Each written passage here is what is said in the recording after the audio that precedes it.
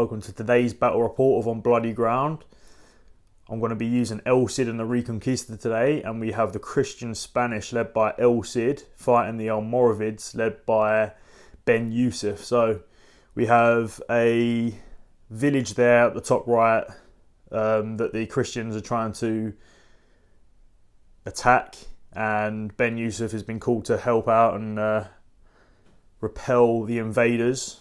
So let's get into the army. Start. We have the Almoravids, and we have quite a simple battle force today. Obviously 2,000 points.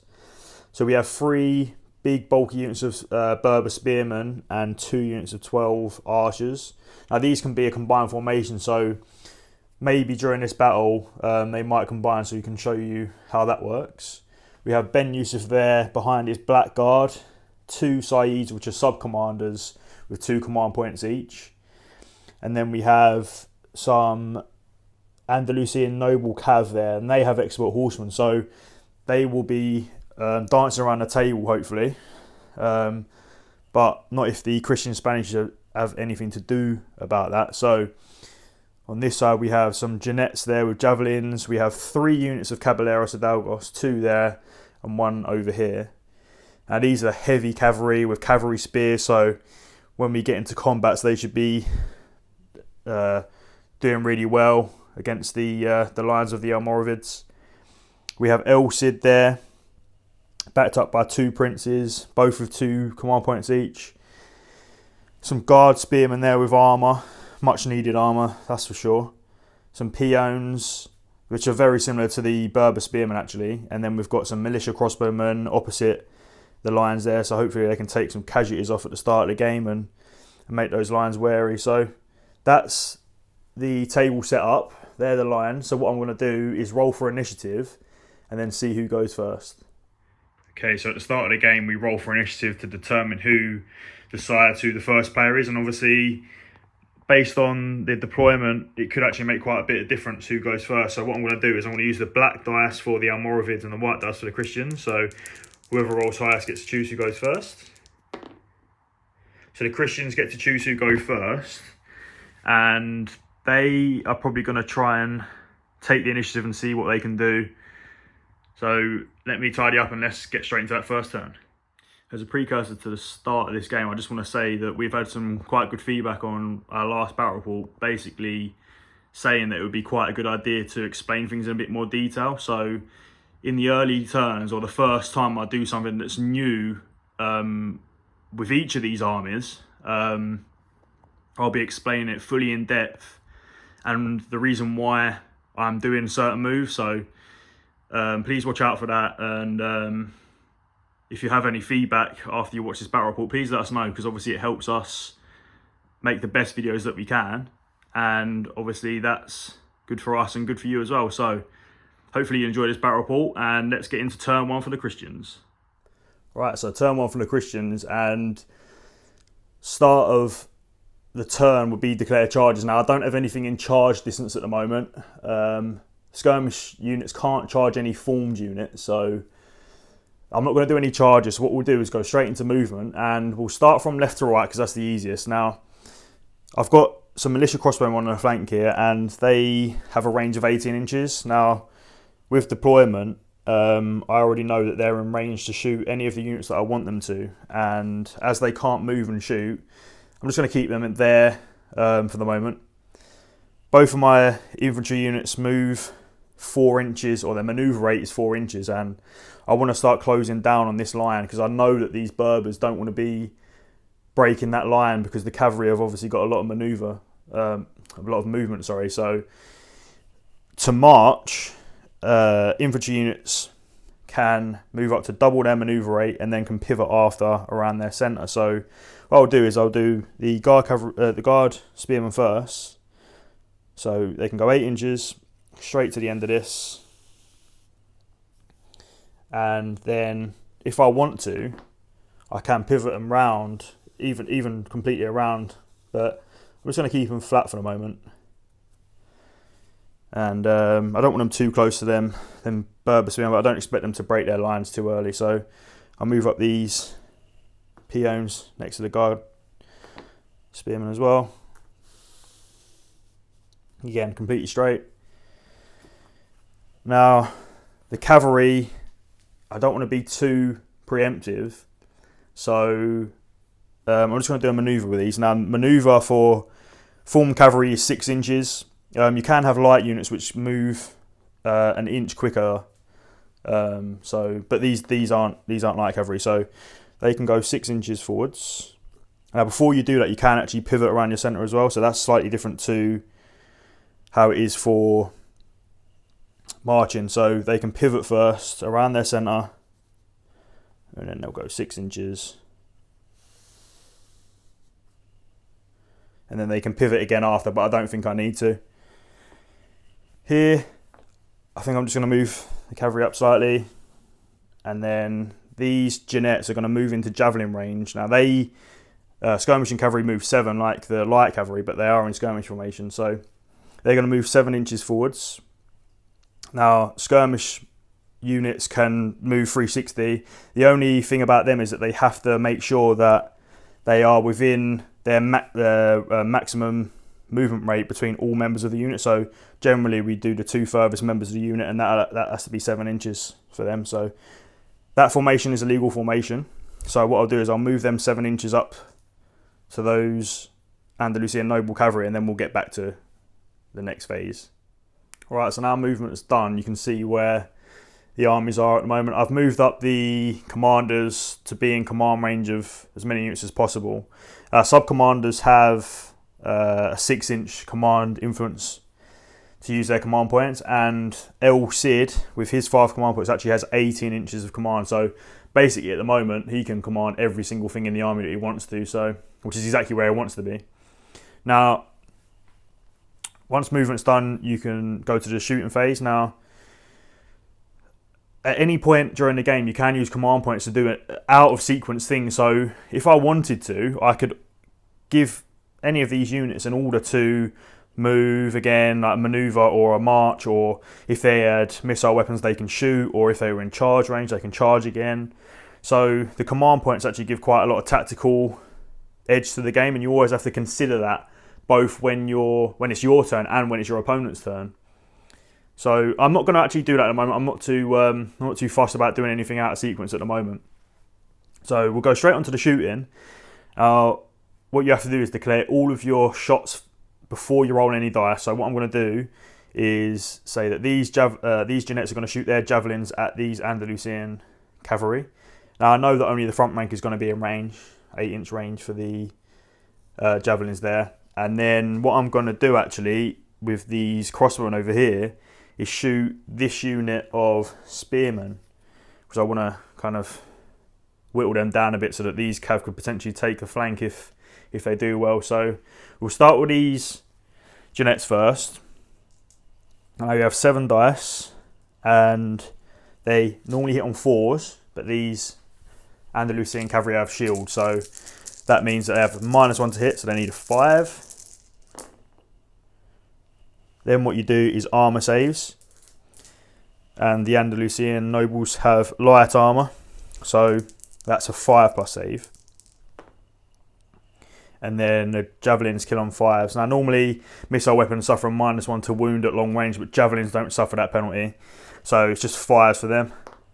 So they actually do kill one.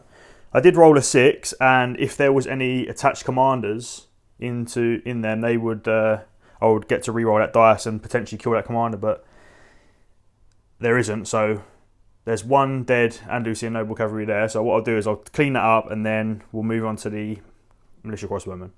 Okay, so now it's the militia crossbowmen versus the Berber spearmen.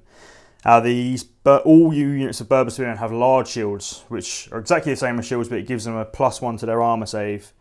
So what we do is roll to hit. Again, they normally need 4s, but there's shields there, so 5s to hit. Take out the hits, which wasn't too bad for them. 5 hits, and the shield gives the spearmen a 6+ armour save, so let's roll for that. Really good for them. And then the crossbowmen kill on 5s. Now, like I said earlier, normally missile weapons suffer a -1 to wound at long range. Now, the special ability for the crossbows is that actually they don't suffer that -1 even at the long range that they have, which is 18 inches. So they are actually killing on 5 still, which is nice. So they're slightly better at killing than the bows, but the bows have a longer range. So 5's to kill. That's 1 dead. We don't have any 6s there, so that's just 1 dead spearman, which wasn't fantastic, but every little helps. So I'll tidy that up, and then we'll go to the end of the shooting phase. Okay, so that's the end of the shooting phase for the Christian Spanish, and like I said before, at any point in time during your turn, the active player's turn, you can use command points to do additional orders if you deem it necessary or advantageous at that point in time. Now, I'm not going to be doing that now. So that means that it's straight to the Almoravid's turn. Let's see what they can do. Okay, so it is Almoravid turn 1, and as you know, it starts with the charges. And there's only one real potential option for charges here that could be useful, and that's the Andalusian Noble Cavalry at the top here, charging these Jeannettes. Now, there are a few things to consider when charging the Jeannettes, and that is whether I can actually catch them, because they have support from these Caballeros here, and also whether I can survive the shots that these Jeannettes can shoot into them. Now, the only reason why they can shoot javelins into these before they actually declare a charge is because they have feigned flight. Normally, skirmishers can't shoot before a formed unit charges them. So, I already know that they're going to be 7 inches away. Actually, probably be 8 inches because I have to do a bit of a pivot beforehand. So that's 8 inches already, and then these guys will evade 7 inches in any direction, which will definitely be down this way. So I'd have to get 15 inches on 2 dice plus their movement to get them. These are light cavalry, so they move 7. So I'd have to get 8 on 2 dice, but I would have to potentially take some casualties first. Now, I am actually going to do that, so that's going to be the only declaration of charges this turn. So what we do is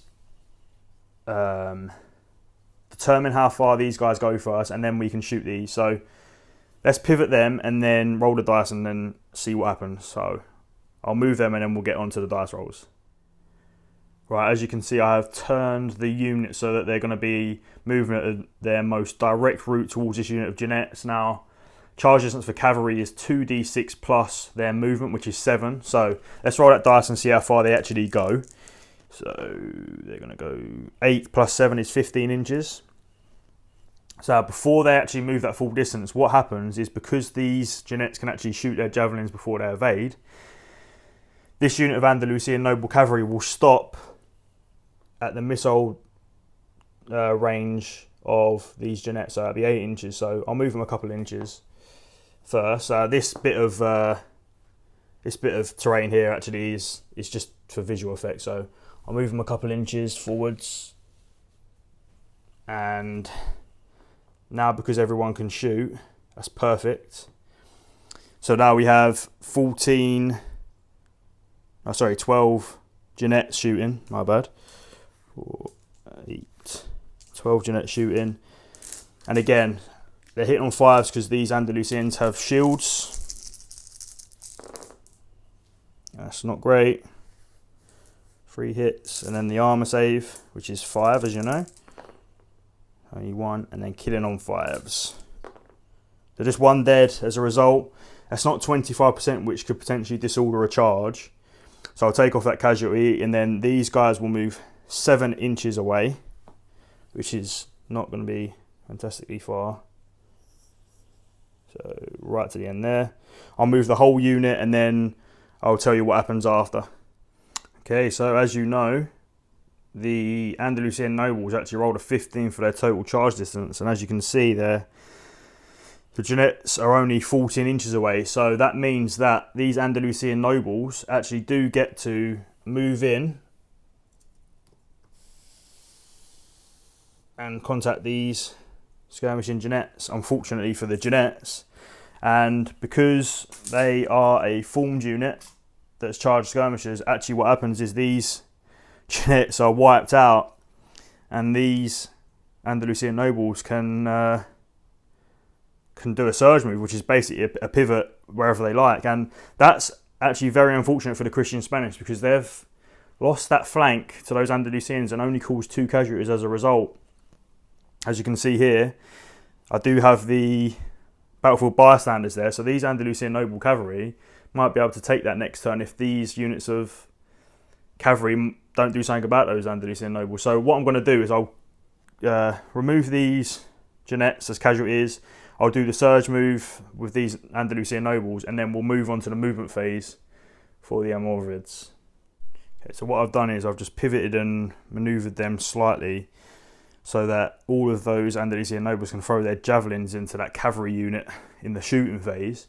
And now we move on to the movement phase for the Almoravids. And as I said before, I don't really think that there should be much movement going on for these guys, really. I know that these archers are in range of these crossbowmen, and so I can kind of shoot whoever I like here. And these archers are either going to shoot these guys, or if they can, potentially shoot these guys in the shooting phase. So I think that's movement, really. I know I'm talking about shooting, but yeah, that's movement. So actually, let's just go straight on to shooting. And we'll start from this side here. So those Andalusian noble cavalry will shoot those caballeros. Let's see if these guys are actually going to be in range. Do you know what? They will shoot this unit of caballeros. I might as well try and kill as many on different units as possible. And then these archers are actually going to shoot this unit of peons because they don't have any armour. So let's start with this side. So 12 archers shooting the peons, and the peons do have shields, of course, so that makes the archers hit on 5s now. So 5s to hit, 12 dice. That's shocking. Only 1 hit. Thankfully for the Berbers, the peons don't have any armour, so straight to kills. And I think that basically they're all in short range, so there's no -1 to wound, so that's a 4 actually to kill. Nothing. That's good. 12 archers onto these caballeros here. Now they do have shields, and they have large shields actually and medium armour, so they've got a 4+ armour save. And it's going to be -1 to wound for those Berbers at long range. So 4s goes to 5s for the shields. Much better than the other guys. Then a 4+ armour save, which should help them out really well. 3 save, which is nice. And then, as I said before, -1 to shoot over long range for those spearmen, for those archers, sorry. So it's going to be 4s goes to 5s to kill any of these. So no kills, thankfully. They can wipe the sweat off their brow there. And then these Andalusian cavalry. Now these guys are really good with their javelins. So there's 8 of them left. And they normally hit on 3s. They have moved, but there's no movement or range penalty for javelins. So they're hitting on 3s, but they do have shields, so they're hitting on 4s. Much, much better than all the other guys. They do pay for it, of course. Yeah, that's not too bad. Again, same armour as all the other guys, because all 3 of these big cavalry units are the same. So 4+ armour save, really good. And then it is 4s to kill still. So 4s, nothing. So the Christian Spanish got lucky this turn. Obviously, the guys that did hit the guys with good armour save, so can't really complain there. So that's the end of the shooting phase, and what I can do is use any one of these command points to shoot again. Now, if I was feeling a bit weary about stuff that's coming in, then I could order a few more shots if I wanted to. I'm not too bothered. This unit of Caballeros Hidalgos is a bit too far away at the moment. I think it would be a mistake for them to charge too early on. So I'm going to wait for that. And that is the turn 1 done for the Almoravids. So what I'll do is do a tidy up quickly, and then we'll roll for the initiative for turn 2 if someone wants to change it. So let's go on to that. Okay, so it's now turn 2, and beginning from turn 2 and each turn afterwards, at the start of the turn, either player can attempt to try and change the initiative, beginning with the first player. So What that means is El Cid can spend a command point and pass the first movement and shooting and combat phase to Ben Yusuf if he wants to. And there's no reason to do that for El Cid. He's in a good position and he doesn't want to stall any movement really. So what happens is the option passes over to Ben Yusuf, and basically, does he think that taking the first movement of the turn would be advantageous at this point in time? Now, there are some things to definitely look at. Obviously, these Andalusian noble cavalry are in a nice position to charge the flank of these Caballeros Hidalgos here. So that could be quite a nice option. So what he's going to do is actually say, yes, I do want to change the initiative. And to do that, what you do is you take off a command point from Ben Yusuf. It has to be your general. Now, for the Almoravids, I'm using dice to denote command points. And for the Christian Spanish, I'm actually using single miniatures, just because it looks a bit nicer. But you can use tokens or whatever you like to kind of show what that is in your army. So Ben Yusuf wants to change the initiative. Now, what happens is, unless El Cid wants that to happen, he has to say that he wants to try to resist that change of initiative, and then you have a bit of a joust with dice, and whoever rolls the highest dice wins and takes the initiative. Now, El Cid isn't happy that Ben will take the first turn here because these cavalry don't like getting charged in the side. So what you do is you collect as many command points in your hand as you have available. So Ben Yusuf has 4. I'll use the white dice for Ben Yusuf and 5 for El Cid. Now, normally, obviously, you do this with 2 players and you would do it secretly. So you would grab these dice in your hand, and then what you would do is put them behind your back or something similar to that, and then you would reveal the amount of dice that you actually want to use for that roll. And you have to spend those points. You cannot change it after you've revealed it. Obviously, you reveal them both at the same time, so no one can change their mind afterwards. Now, obviously, I can't do that. So what I'm going to do is both players are going to roll a single command point. But it's not too important at this stage in time who wins. It will just be nice if Ben Yusuf takes the initiative. So what you do is you actually take off a command point from both commanders straight away, and that happens whenever you use a command point in any instance, just so that you keep track of exactly what's going on. So white dice for the Almoravids, black dice for El Cid. Whoever wins gets to take the initiative. So Ben Yusuf actually does take the initiative, which is fantastic. So what I do is I move this initiative marker over to the side of these guys, just so that you can tell visually what's happening during the game. It's always good to keep note of who's doing what. So it's now turn 2 for the Almoravids. So let's get into move. Right, so the turn obviously does start with charges. And as I said, these nobles are going to charge into the flank of these Caballeros Hidalgos. Now, because it's a flank charge, these guys actually can't do anything about it, unfortunately. And that will be the only charge that I do. So we'll keep it here. I know that this distance is less than 7 inches, but what I'm going to do is roll the dice just for the sake of the video, just so everyone knows what's going on. So remember, it's their movement plus the 2 dice to determine the distance of the charge. So 5 plus 7, definitely in. So what you do when you charge is pivot to avoid any terrain.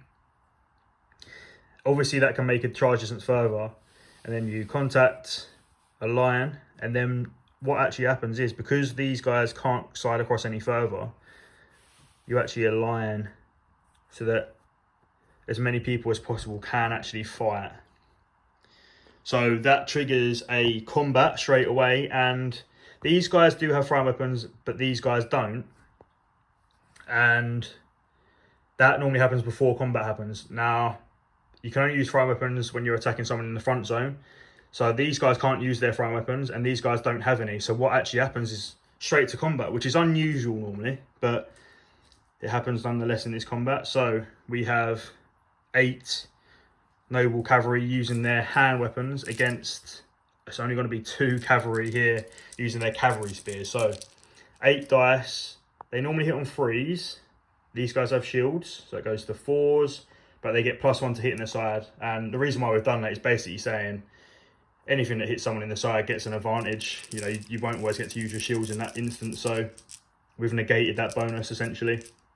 So hitting on threes, and when you charge, you also get a reroll as well. So this could be quite nice for these Andalusian nobles. So take out those misses because we're rerolling them again. Threes. So they all hit, which is not good for the Christians. Now, you do get any bonuses for armor for the shield. So large shield plus a medium armor means they get a 4+ armor save. So hopefully this helps them out. Which it does slightly, it's exactly what it should be. And then the nobles are killing on 4s. So they only kill 1, which is very nice for the Christians. Now what I'm going to do is I'm going to take the casualty from this side. It actually doesn't matter what side you take the casualties from, as long as you take it from the back when you're doing combat. And I took it from outside just so that I know exactly who should be fighting who. So these have cavalry spears.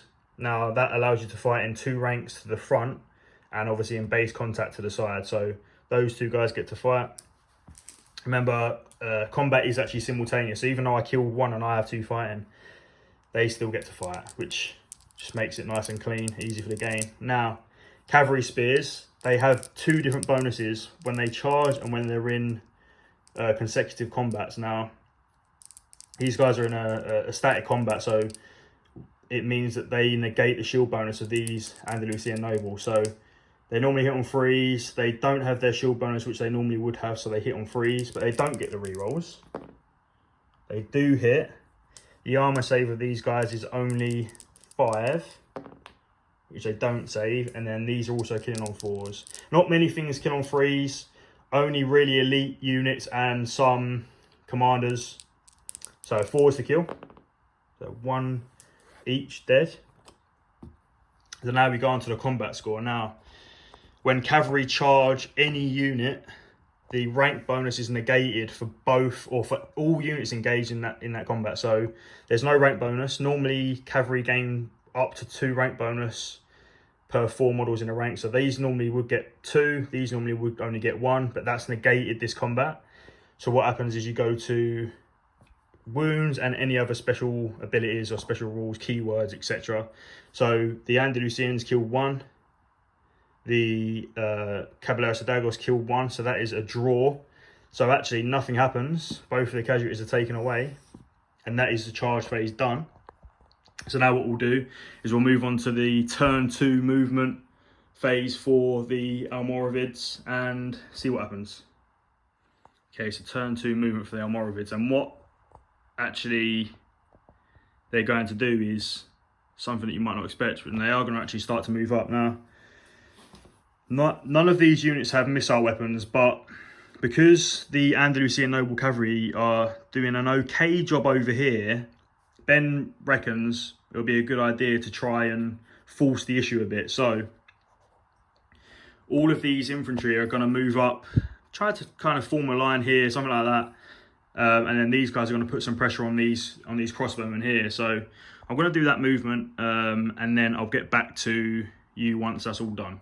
I'll explain why I've done what I have done, because obviously in certain situations this wouldn't be something that you would like to do normally. So starting with a spearman on this side here, I've marched them up because obviously these crossbowmen, if I don't want to be charged and killed, they'll have to move away, and they can't move when they shoot. So at the moment they're not too bad, but now I'm putting that pressure on, I'm gonna have to start thinking about what to do. And if the lines, if the combats don't go too well here, this cavalry unit can't afford to not protect this flank. So that's why I've done what I have over here.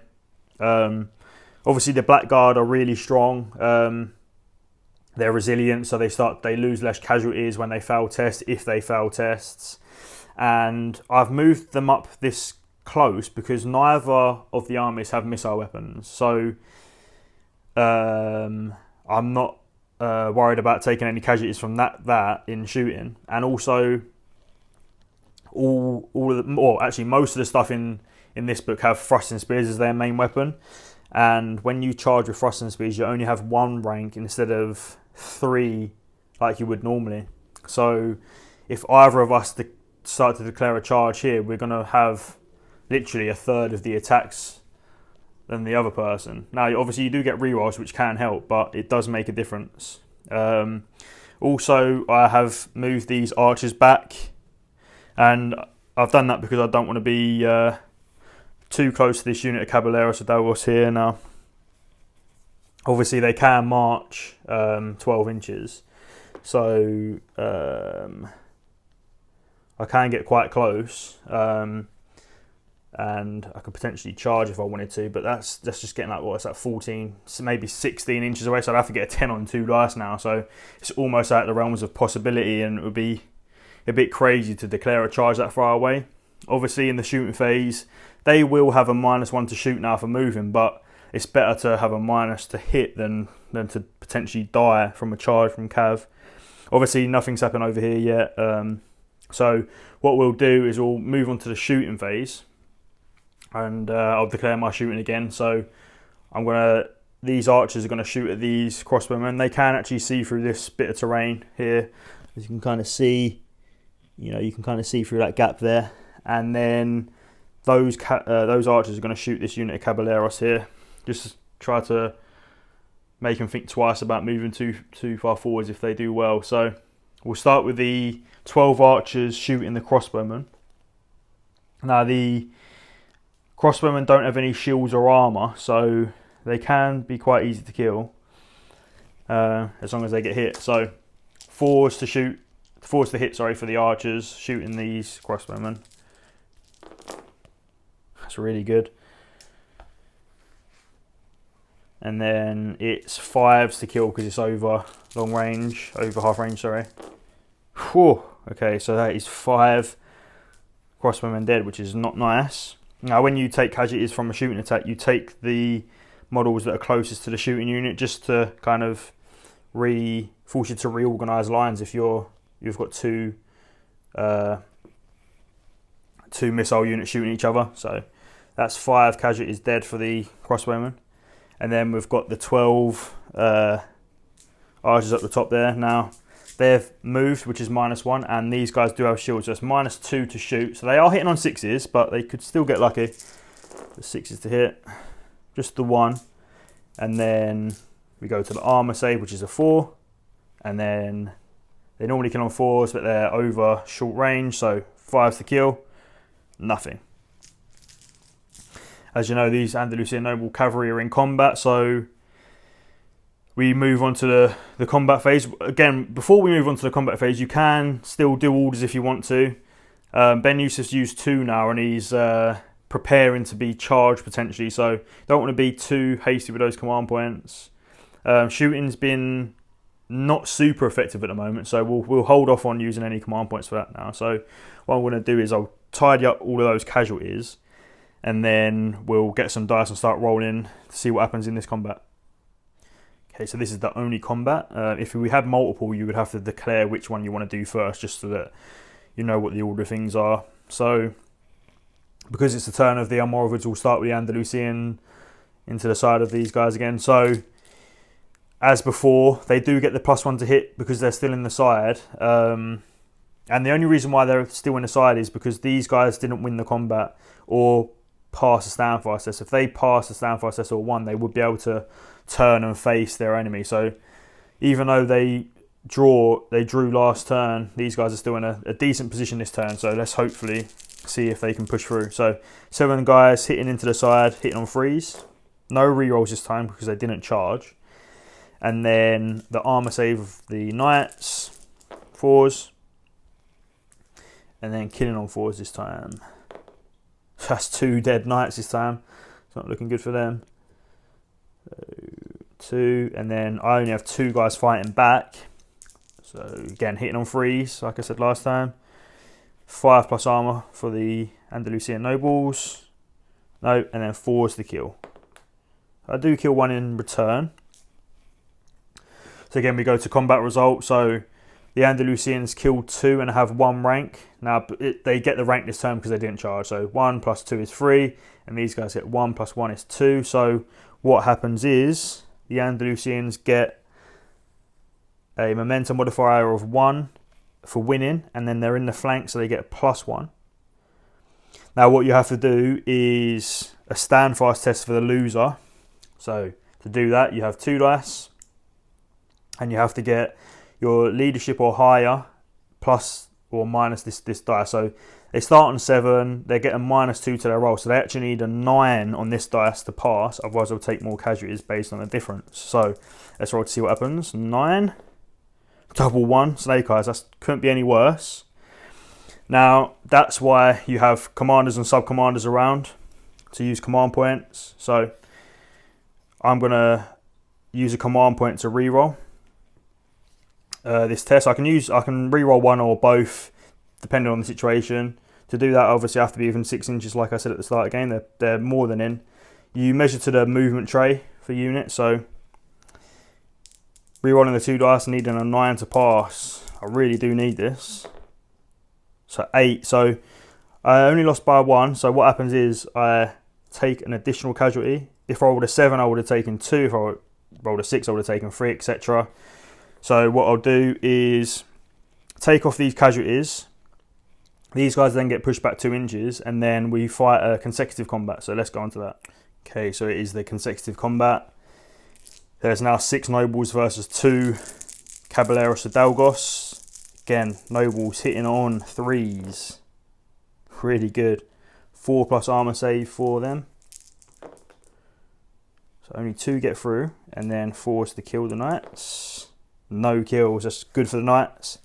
Then 2 knights fighting, hitting on 3s. 5+ armor save for the nobles. 1 save, killing on 4s. If they get this, they win, which they don't. So now what happens is combat score. So 1 rank for the Caballeros Hidalgos, 1 rank for the nobles. That's a draw. This only takes into account stand fast test. So actually, because it's a draw, this is taken away. The combat ends, thankfully for the Caballeros Hidalgos, but they have taken a battering. And that would be the Almoravid turn done. Again, remember, you can use command points at any point in time, as long as it's your turn. So they don't want to do that. So now what happens is we'll move on to the Christian Spanish turn 2.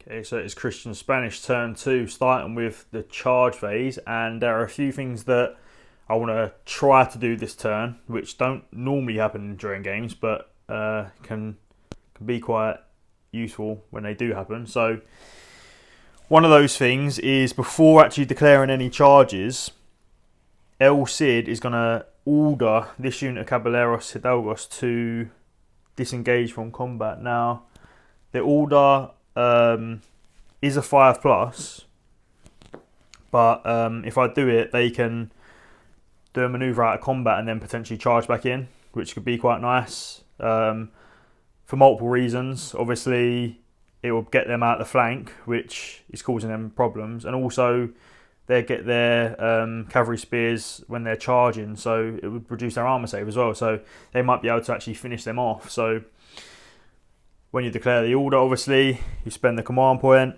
and then roll the dice to see what happens. Now, El Cid has an 18-inch command influence, so most characters, a lot of good characters have an 18-inch command influence. So let's roll the dice, see what happens. 5+. No, I can re-roll it if I want to, but I'm not going to. I don't want to waste too many command points. The next thing I want to do is issue a march order onto these knights, and because I measured that earlier on, I think that'll be quite a good thing, because what I can do is I can kind of finish my movement here and then charge these archers, and that would be quite nice to get around the flank. So a march is 5+ as well. So let's see if they get that. No, I will actually re-roll that on a 5. No, so that's 3 fails on 5 at the moment, which is unfortunate. And that is the orders before charges. And what I'm actually going to do now is declare the charges. It's a shame that I didn't get any orders off there. That could have changed the dynamic of the game a bit there. So what I'm going to do is I'll declare a charge, them onto them, and from them onto them. Because no one has any missile weapons, I don't have to do any of that at the moment.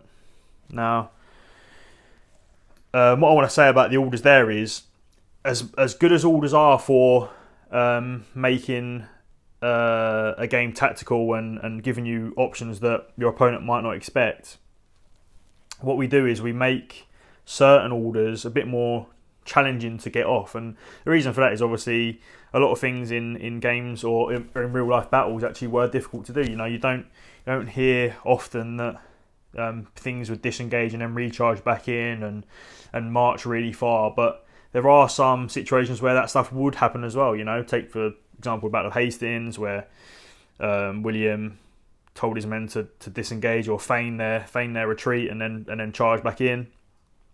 And what we do is we represent that in as well with our characters. So yeah, it's always good to look at options that you can have and see if it can change the dynamic of the game. Unfortunately, it didn't help me there, but I haven't used all my command points, so still have to be careful of what I'm doing. Well, Ben has to be careful of what I'm doing still. So what we'll do is we will move this unit in first, and infantry have a single d6 for charge distance. They move 4, so I already know they're in, but again, I'll just roll the dice to show you what happens. So 5 plus 4 is 9 inches, so they go in. Again, you maximise, which is nice and easy because both of these units are the same size. So what I'll do is I'll grab some dice and then we'll start rolling to see what happens in this combat. Starting with this combat, we have some peons versus Berber spearmen, and we're going to attack using the frying weapons with the peons first because it's our turn. Frying weapons, you get 2 ranks to fight, whether you're cavalry or infantry, and they ignore the usual bonuses for combat. So that means there's no -1 to hit for shield, so they are going to be hitting on 5s. And not fantastic, but still a few.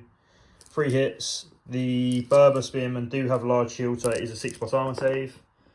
And then they're killing on 5s as well. All frying weapons hit and kill the same, so it's nice and easy to remember. So it's just 1 Berber spearman dead, so I'll take him off. Again, it doesn't really matter what side you take him off of, but just take it off there. And then we've got 12 frying weapons from the Berbers back, hitting the peons, hitting on 5s. Only 2 hits. Unfortunately, the peons don't have any large shields or armor, so it's straight to kills, killing on 5s. Nothing dead, so that's good for the peons. Nice. They're up on attacks at the moment. So, like I said before, when you're charged with thrusting speeds, you only get 1 rank. So what's going to happen is I get 1 rank of the peons, which is 6, fighting the Berbers, who will actually have 3 whole ranks there. So they're going to have 18 attacks back. But I do get rerolls. So 4s, you do get the shield bonus there. So 5s, but I do get the rerolls. So 3 hits at the moment, which is nice. Rerolling these. So 4 hits. Again, Berbers have a 6+ armor save. They save 2 of them, which is fantastic.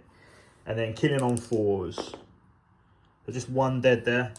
Not great, but could still win the combat. Then we have 18 attacks back for the Berber spearmen. Now these don't get rerolls, but they hit and kill the same. So 5s, no armor, 4s to kill. So what I'll do is I'll take out these hits, 5 hits, and then it's going to be 4s to kill. Again, no armor save. So first 4 peons dead. So what we do is we take that off. So 1, 2, 3, 4.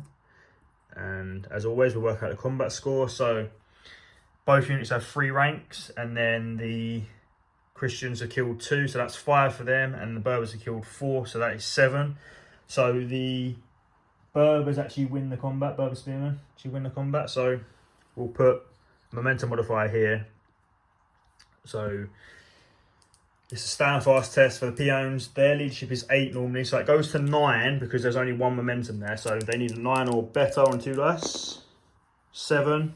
They'll take 2 casualties. So what I'll do is we'll actually take them 2 casualties, and then they'll get pushed back 2 inches, and then we'll fight a consecutive combat. Okay, so although the Christian Spanish lost that initial combat and we fight a consecutive combat, both of us now have 18 attacks. So this could go either way. Again, we're both hitting the same and killing the same. It's just that the Berber Spearmen have a 6+ armor save. So these dice are for the peons attacking the Berbers, so hitting on 5s because they have shields. Again, no rerolls because I've not charged this time. It's only going to be 5 hits. And then 6+ armor save for their large shields. And then the peons are killing on 4s. So it'll be a bit better than last time. Only 1. So 1 dead again. So he should be with him. So 1 dead Berber. And then we have 18 attacks back. It's going to be hitting on 5s and killing on 4s without any armor save in between. So 2, 3, 4 hits. Lots of dice, but not many hits. See if there's any kills. It's a 3. Again, there's a 6 there, but there's no attached commander, so you don't have to worry about that at the moment. If the peons got that, they could potentially have killed them drummers there, but they didn't get any. So, as we can tell, the Berbers have won that combat. Don't have to, they've got 3 and 3 ranks versus 2 and 1, so the momentum goes up to 2. The peons now need to get a 10 because they start with leadership 8, so 10 on 2 dice. 6 isn't too bad. What I'm going to do is, because I've got a higher roll on one of the dice, I'm going to use this Prince's command point to re-roll that single one. See if I can get 5 or more. I did. So they passed the test, so they got equal to or more than what they needed, which was 10. So that combat ends, which means all casualties are removed. That momentum modifier is actually removed, and then we'll move on to the next charge. Okay, so we'll move on to the second charge of the turn, and that is the Guard Spearman versus the Black Guard. They are 5 inches away, and the Guard move 4. So we know they're in again, but we'll roll the dice. So they are in. So we'll take that away. Move into combat. Again, remembering that you have to align so that as many people that can attack can. And then we'll go on to the frying weapons. So the Christian Spanish are hoping for a bit more of a successful combat this turn. So we go on to the frying weapons, and both of these units are more elite than the guys around them, and so that means that the frying weapons that they have are hitting on 4s instead. So I'll do the Guard Spearman first, hitting on 4s with 12 dice. That's not great at all. That's really not. So 4 hits. The Black Guard have some padded armor, so that is a 6+ armor save. Nothing. Killing on 4s. That's 2 dead. Now the Black Guard do have some African drummers in there, so on a 6+, I will hit them instead. No, so it's just 2 Black Guard dead, which isn't too bad to start out. And then we have 12 attacks back onto the Christian Spanish. The Christian Spanish Guard Spears have light armor, so they should survive a bit better than the peons. Equally as bad on the hit rolls for the Black Guard. 5+ armor save for the guards. Nothing. And then 4s to kill them.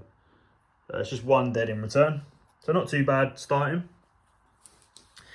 The Guard Spearmen have thrusting spears as well as the Black Guard. So the Guard Spearmen will have 6 attacks.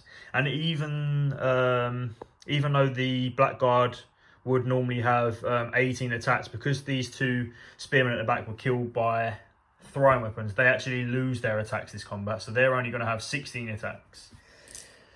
So 6 dice starting with the Guard Spearmen. They normally hit on 3s. The Black Guard have shields, so 4s, but I do get rerolls. Rerolling the misses. That is 5 hits. Again, 6+ armor save for the Black Guard. 2 saves, which is really nice for them. Killing on 4s. That's 3 dead. Really nice for the Christian Spanish. So let's take them 3 out. Taking a bit of a battering in Black Guard. And then, as I said before, we only have 16 attacks for the Black Guard this time. They don't have rerolls, so they're hitting on 3s normally. The Christian Spanish do have their shields, so 4s. Really nice hit rolls. Hopefully, the 5+ armor save will help the guards here. And it does. So let's take out the actual misses. So these guys are safe, so we'll move them to the side. And then it's 4 to kill for these. 2 dead in return. Again, not great for the back guard. They normally do really well. So after you do the to hit and wound rolls, we work out the combat score. So as we can see, we've got 5 dead blackguard there, and the Christian Spanish have 2 ranks. Normally, infantry count a rank as 5 models up to a maximum of 3. So they've only 2 ranks there, plus the 5 is 7, and then the blackguard have 2 plus 3 is 5. So actually the blackguard lose that combat, which is nice for the Christians who actually had a bit of luck. They gain 1 momentum, and then the blackguard have to do a stand fast test. Now, they start with 7, and there's 1 momentum there, so they don't need an 8. But Ben Yusuf there gives every unit in 12 inches plus 1 to their leadership. So essentially that cancels that out, and they need a 7 now. So 7 on 2 dice. They easily pass that. So what happens is the casualties are removed, the stand fast is gone, and then what we'll do is move on to the movement phase, turn 2 of the Christian and Spanish. Right, turn 2 movement phase for the Christian and Spanish, and what I'm going to do at the start is move this prince into base contact with these PMs to help them out in combat. Now, commanders on foot move 10 inches, commanders that are mounted in any way, shape or form move 14 inches. So I know that he's got plenty of movement. He could actually go into the guards if I wanted to, which actually might be a better choice. So what, I'll move them into these because these might struggle a bit. So you only have to show that they're in a unit by putting them in base contact. But what I'm going to do is I'll put them on the base just so that it keeps it tidy. Don't forget any command points that they may have. I'm also going to do the same on this side with this mounted prince. Only mounted commanders can join mounted unit, so that's something to consider when building any of your lists. So again, he'll move into there, bringing his command point with him. Now it's the rest of the army. Now, like I said before, I think these guys have to think about what these spearmen are doing, but I think they can get at least 1 more shot in. These cavalry aren't too worried at the moment about anything that's going on. The way they're positioned at the moment means that they can go either this way or try to exploit a line here. And the blackguard are struggling a bit in the centre there. So what I'm actually going to do is I'm going to move these cavalry over here a bit to, again, think a bit more about what I'm going to do. I've kind of given up hope about trying to swing that way. Maybe if this unit of Caballeros, Hidalgos finish off these Andalusian Noble Cavalry, survive to a point where they might be able to influence the game a bit more, maybe they can go around that way. But for the moment, what I'm going to do is I'm going to realign my battle line, bring things around here, and then we'll move on to the shooting phase for the Christians. So here I am with the movement. I've actually moved El Cid into this unit, Caballeros Hidalgos. Now, it doesn't matter where a commander is in a unit. Generally, it tends to be better at the back because they don't get in the way when you're moving forwards or charging. But whenever a commander's actually in a unit, they always are considered to be in the central position for things like measuring where they can do commands from and stuff like that. So, and also if they decide to leave the unit, they move from the central point. So it actually doesn't matter where he is. You can put it at the front if you think it looks good. I will actually leave him there because it looks quite nice. And that's where my army is at the moment. Again, because these guys had to maneuver, they have to pivot first and can only move 6. So they're only there at the moment, but that's still a decent position. They're kind of protected from those archers at the top there. So if those archers want to shoot them, they might have to move forward a bit. So what we'll do now is move on to shooting. And there's only one bit of shooting that I can actually do this turn, and that is the militia crossbowman. And I will actually shoot into the flank of this exposed Berber spearman unit. Now, you can only attack a unit in combat. You can only shoot a unit in combat when they've got unengaged flank and they have at least more than 1 rank. So they can do that. Then you have to check the range. The range of these is 18 inches, so they are in range. So I have 4, 8, 9, 10, 11 attacks. 3, 6, 9, 10, 11 dice. Shooting into the flank of the Berbers. So they hit on 4s normally, but they have shields. So 5s to hit. Very nice. I'm doing this because I want to cause some casualties on them, maybe help these peons out. 5 hits. They do have large shields, so fire 6 plus armor save, sorry. 2 saves, so they're doing really well in their armor. And then, even though they're over short range, they are still killing on 5s because that's the special ability of the crossbow. So 5s to kill. That's 2 dead. I did get a 6. There is an attachment in there, so on a 6 it hits him instead, which it doesn't. So that is 2 Berbers dead. Now the downside to shooting into combat is any friendly units that are engaged with the unit that you target have to do a panic test, and that is same as normal. So they are 8, but they are joined by a commander, so it goes to +1, which is 7. They pass that test, thankfully. So that actually really did help out a bit. It might actually tip the balance, hopefully. So we'll see if that works. So that is shooting done. Again, I can do orders if I want to. I've got 1 each on all of my commanders left. Cid, that prince on foot, and this prince here that is mounted. I think I might save his command point for potentially whether I lose a combat, I might have to re-roll the stand fast test. So I'll wait for that. So that is shooting done. So now we're on to the combat phase. So let me tidy up them casualties and then grab some dice. So starting with this combat, we are going to do the Christian and Spanish first because it's their turn. The 2 dice plus the 1 for the commander. Now, he doesn't have a cavalry spear, but he does hit better normally and kill better normally. So I'll use the white dice for him. So the black dice are going to be hitting on 3s, and he's actually going to be hitting on 4s. So he actually doesn't hit, but they do. And then armor save 5 for them. They save both of them, that's not good.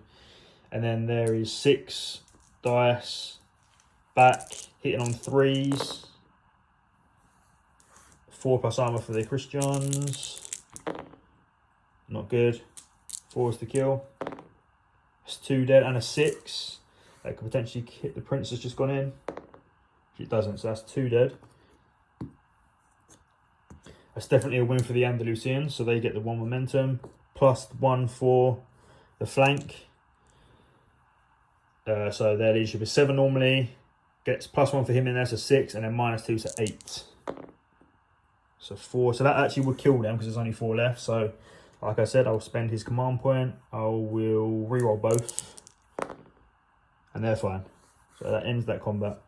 I was lucky that he had a command point left, but that's not looking good for those Christians there. Let's move on to the next one. Okay, so we're going to do the peons versus those Berber spearmen first. And we have 6, 12, 15 plus the prince attacking. I'm going to use the white dice again for the prince. So he's going to be hitting on 4s and they're going to be hitting on 5s. This one actually does hit. And then I've got 4 normal guys. The large shields give them a 6 plus armor save, which saves nothing. And then, as I said before, sometimes commanders have better to kill roll, which he does. So he kills on 3s and these guys are killing on 4s. That is actually 4 dead Berbers. There's no 6s, so those drummers are actually safe for another turn. And then we have 18 attacks back from the Berbers. I say combats are actually simultaneous unless special weapons say otherwise. So because these 3 would normally get to attack, they actually do get to attack. So let's get the 18 dice for them. Now, they are hitting on 5s, but the peons don't have any armor. So this could still go their way. Just have to see whether they get some good dice rolls. So 5s, not too bad. Much better than the peons. And then, I'd say no armor. Killing on 4s. So they get 4 back. Again, no 6s, so that prince is safe. 1, 2, 3, 4. Now, we work out the combat score. So, the Christian and Spanish killed 4 and have won 2 ranks barely. This is 4 models. So 2, 3, 4, 5. So that's fine. So they have 6, and then the Berbers have killed 4 and have 2 ranks. So they have drawn. If those crossbowmen didn't shoot into that combat earlier and kill those 2, those Berbers would actually have won that combat. So it did actually make a difference in the end. So again, that's something to consider when you're declaring any of your shooting attacks. So what I'll do is, there's no pushbacks or anything like that, so I'll clean up these casualties and then we'll go into the last combat of the turn, which is the Black Guard versus the Guard Spearmen. Right, so the Guard Spearmen versus the Black Guard, 15 versus 13. Starting with the Guard Spearmen attacking. They don't get rerolls, so they didn't charge, but they are hitting on 4s. Let's see what happens. Very, very nice. And then only a 6+ armor save for the Black Guard. Nothing. Wow. Killing on 4s. Wow. Okay. So 5 Black Guard dead. The elite troops of Ben Yusuf's army. I did get a 6, so I'll re-roll 1. See if I hit that banner. Sorry, not banner. The drums. I got a 4, so no. So that's just 5 dead. That's really bad for them. Like I said, 13 guys back. So 5, 10, 13. They're also hitting on 4s. I'll throw the dice everywhere. The Guard Spearmen have a 5+ armor save because they have light armor. And we save 2, so I could still take a lot of casualties here as well. Killing on 4s. So that's only 2 dead. These Black Guard are struggling this game. So it's clear that the Christians have won. They have 2 ranks and killed 5. That's 7. Black Guard have 1 and killed 2. That is 3. So 1 momentum for the Christian Spanish. Same thing again though. That's the plus side of the Almoravids. They're quite good even if they lose. So they start with 7, the Black Guard. They have 1 momentum, so they need 8. But Yusuf boosts them by 1, so they need a 7 total. They pass the test with flying colours. So take off the casualties and then we'll see if I want to do any orders. Okay, so I've just evaluated the situation on the table and it looks like if I don't use Elsa's last command point to issue an attack order onto this unit of spearmen here, those Berbers are going to charge into the flank and save those Black Guard. So I want to issue an attack order onto this unit here. Last command point of Elsid, I need a 4+.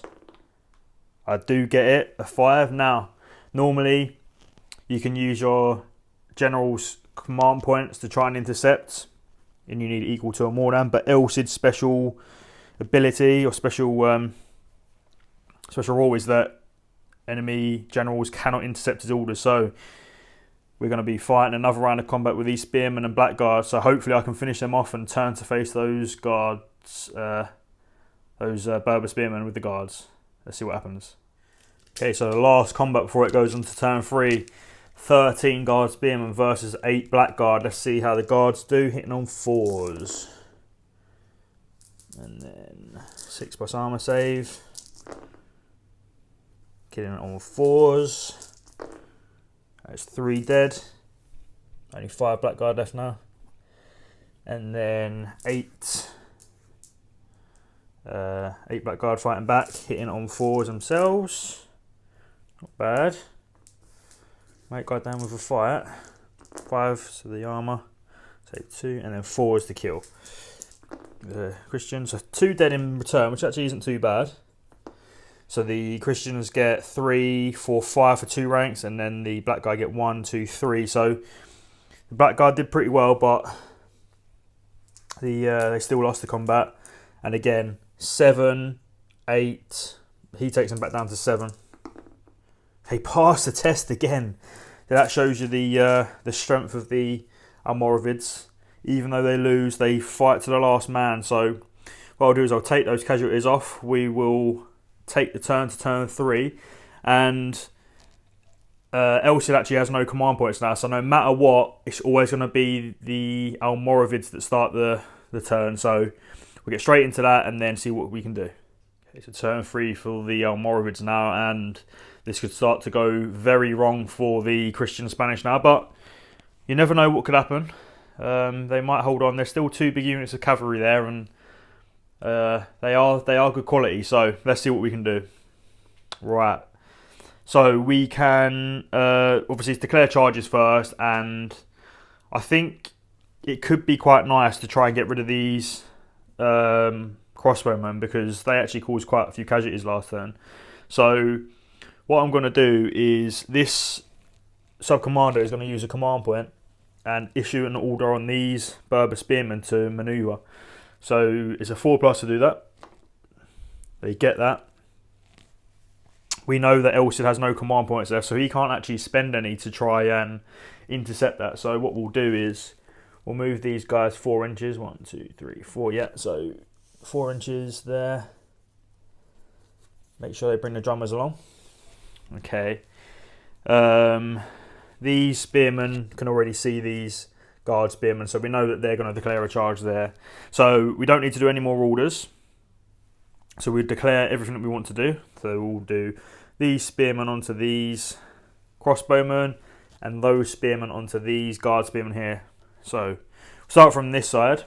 What happens when a formed unit charges a skirmish unit? They have to evade.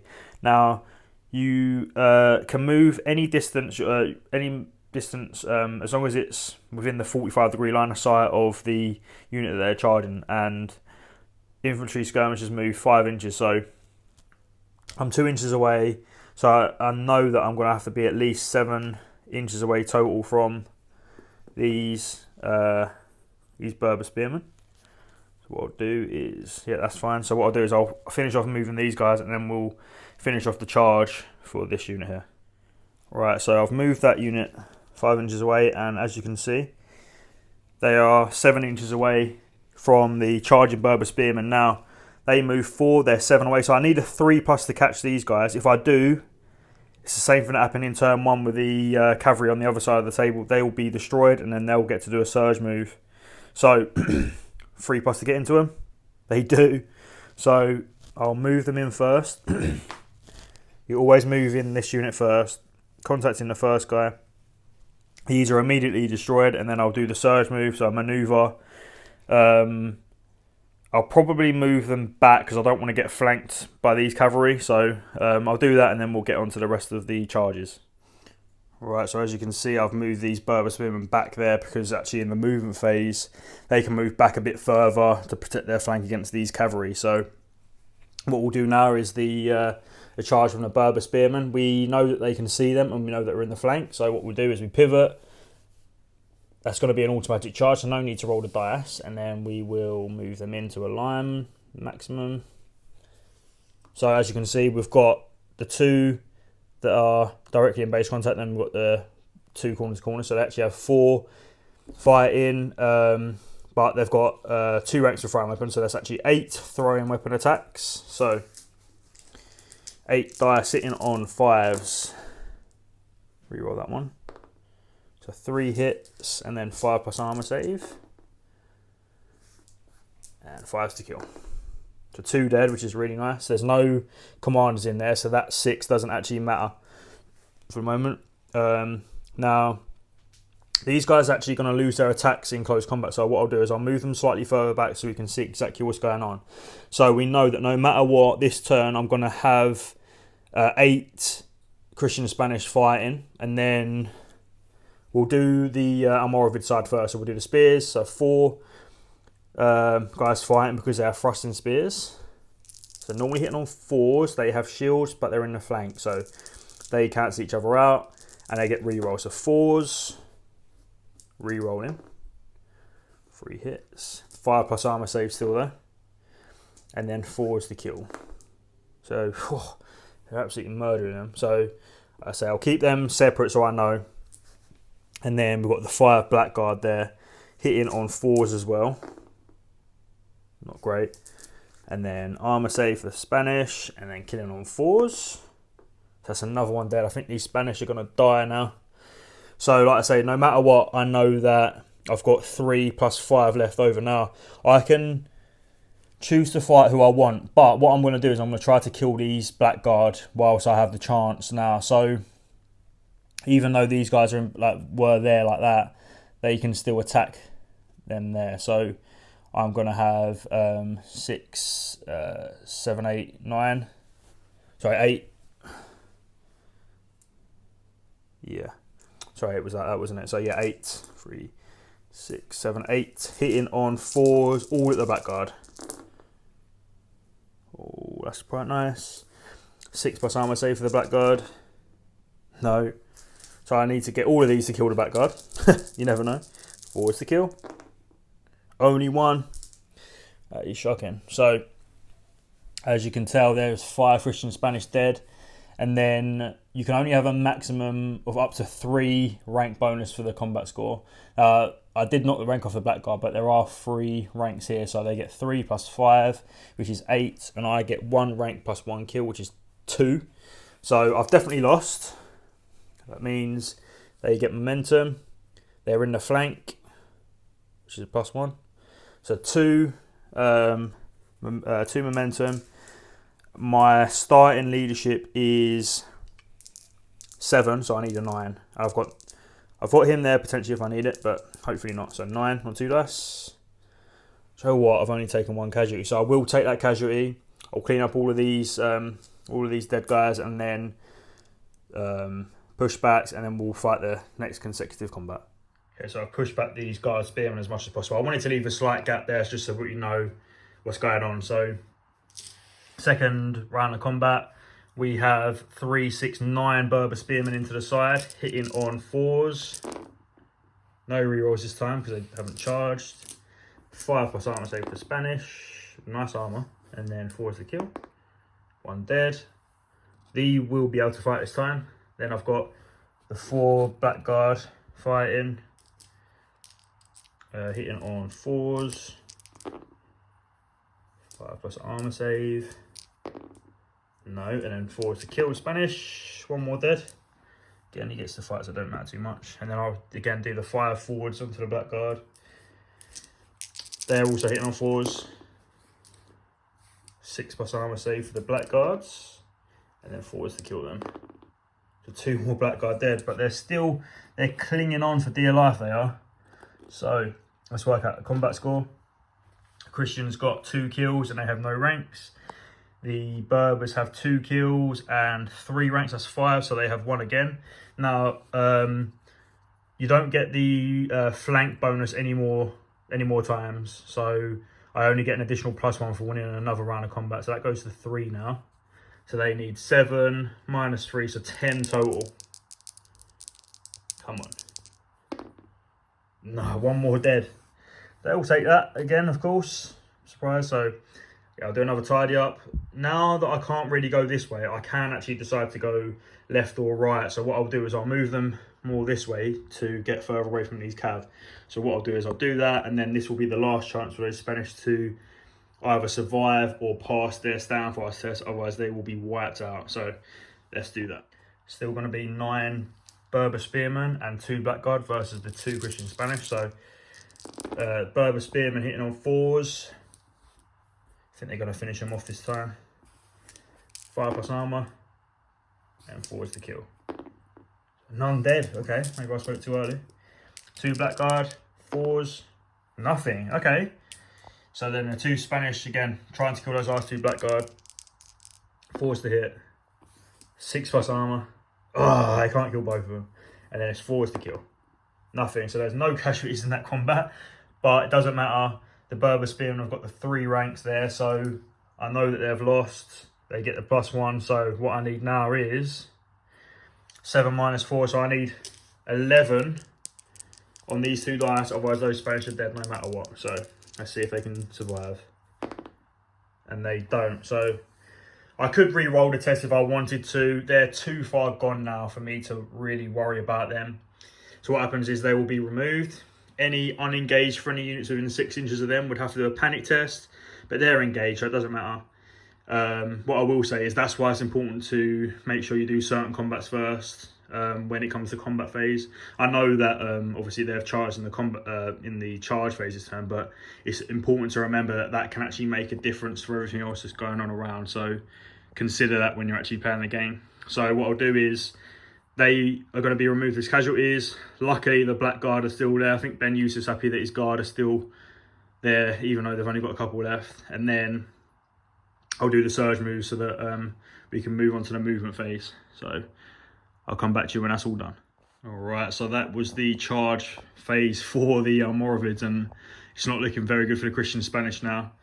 As you can see, what I've done is the black guard have surged back to protect the battlefield bystanders, and I've kind of closed the gap a bit with those Berber spearmen, so those cavalry can't through. But I've also kept them in range of these archers. What I'm going to do is I'm going to actually combine the formation now, so these cavalry are going to have to think twice about what they do. So now obviously we've gone to the movement phase, and what we'll do is we'll do what I said I was going to do earlier, which is these Berber spearmen are going to go back. What actually happens is they would turn around 180, move, and then flip back around again, but just for the ease of movement. You don't have to kind of mess around doing too much wheeling and anything like that. It's just a pivot, move, pivot, nice and easy. This Cid is actually going to go into this unit here, and it boosts their morale up one more, so keeps them nice and strong.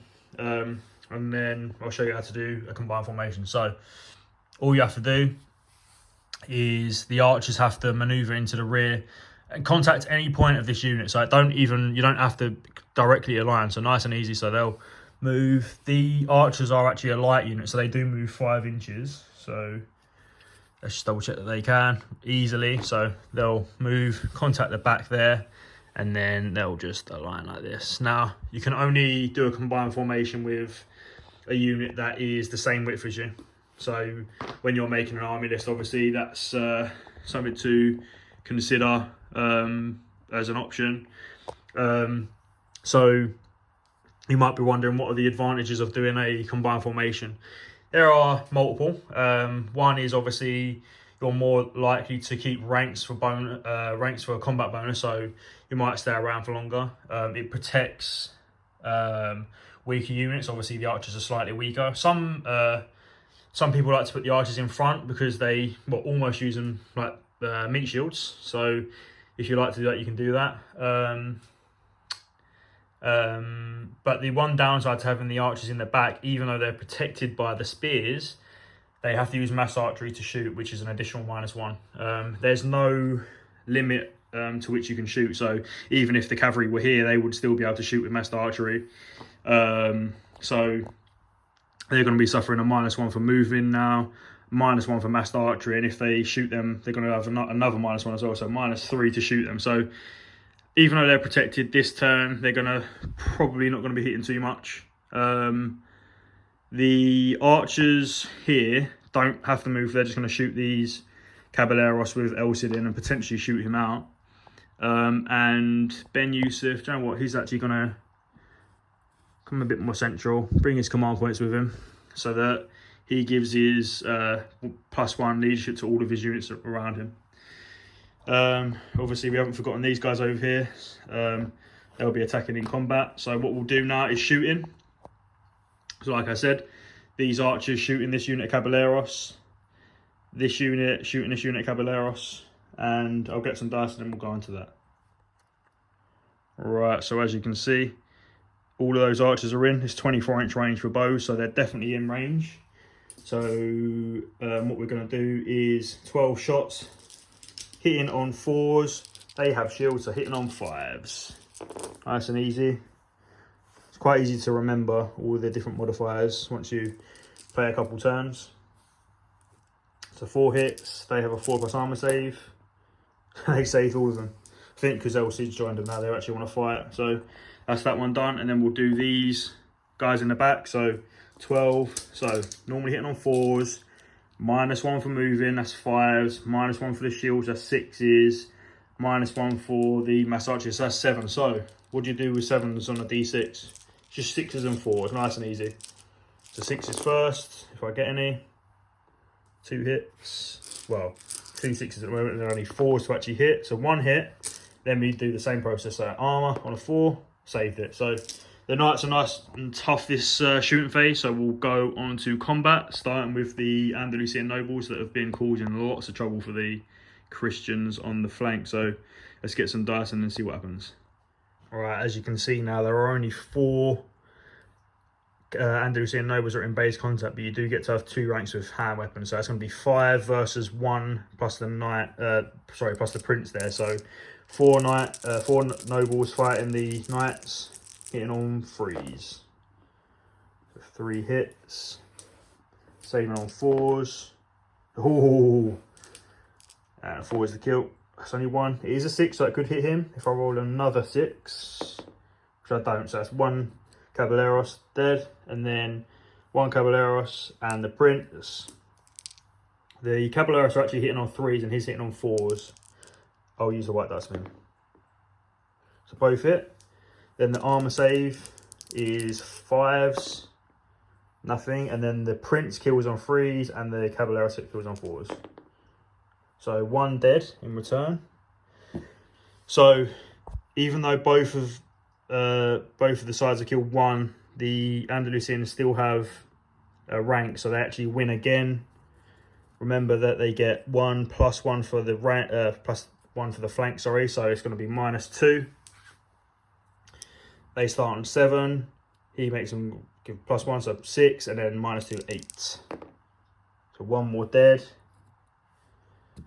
Then you have to do a pushback. Because I can't go any further this way, I can force him to go that way or that way, depending. Probably go that way, and then we'll do a consecutive combat.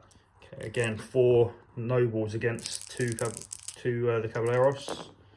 3 to hit for the nobles, 4 plus armor save, 4 is the kill.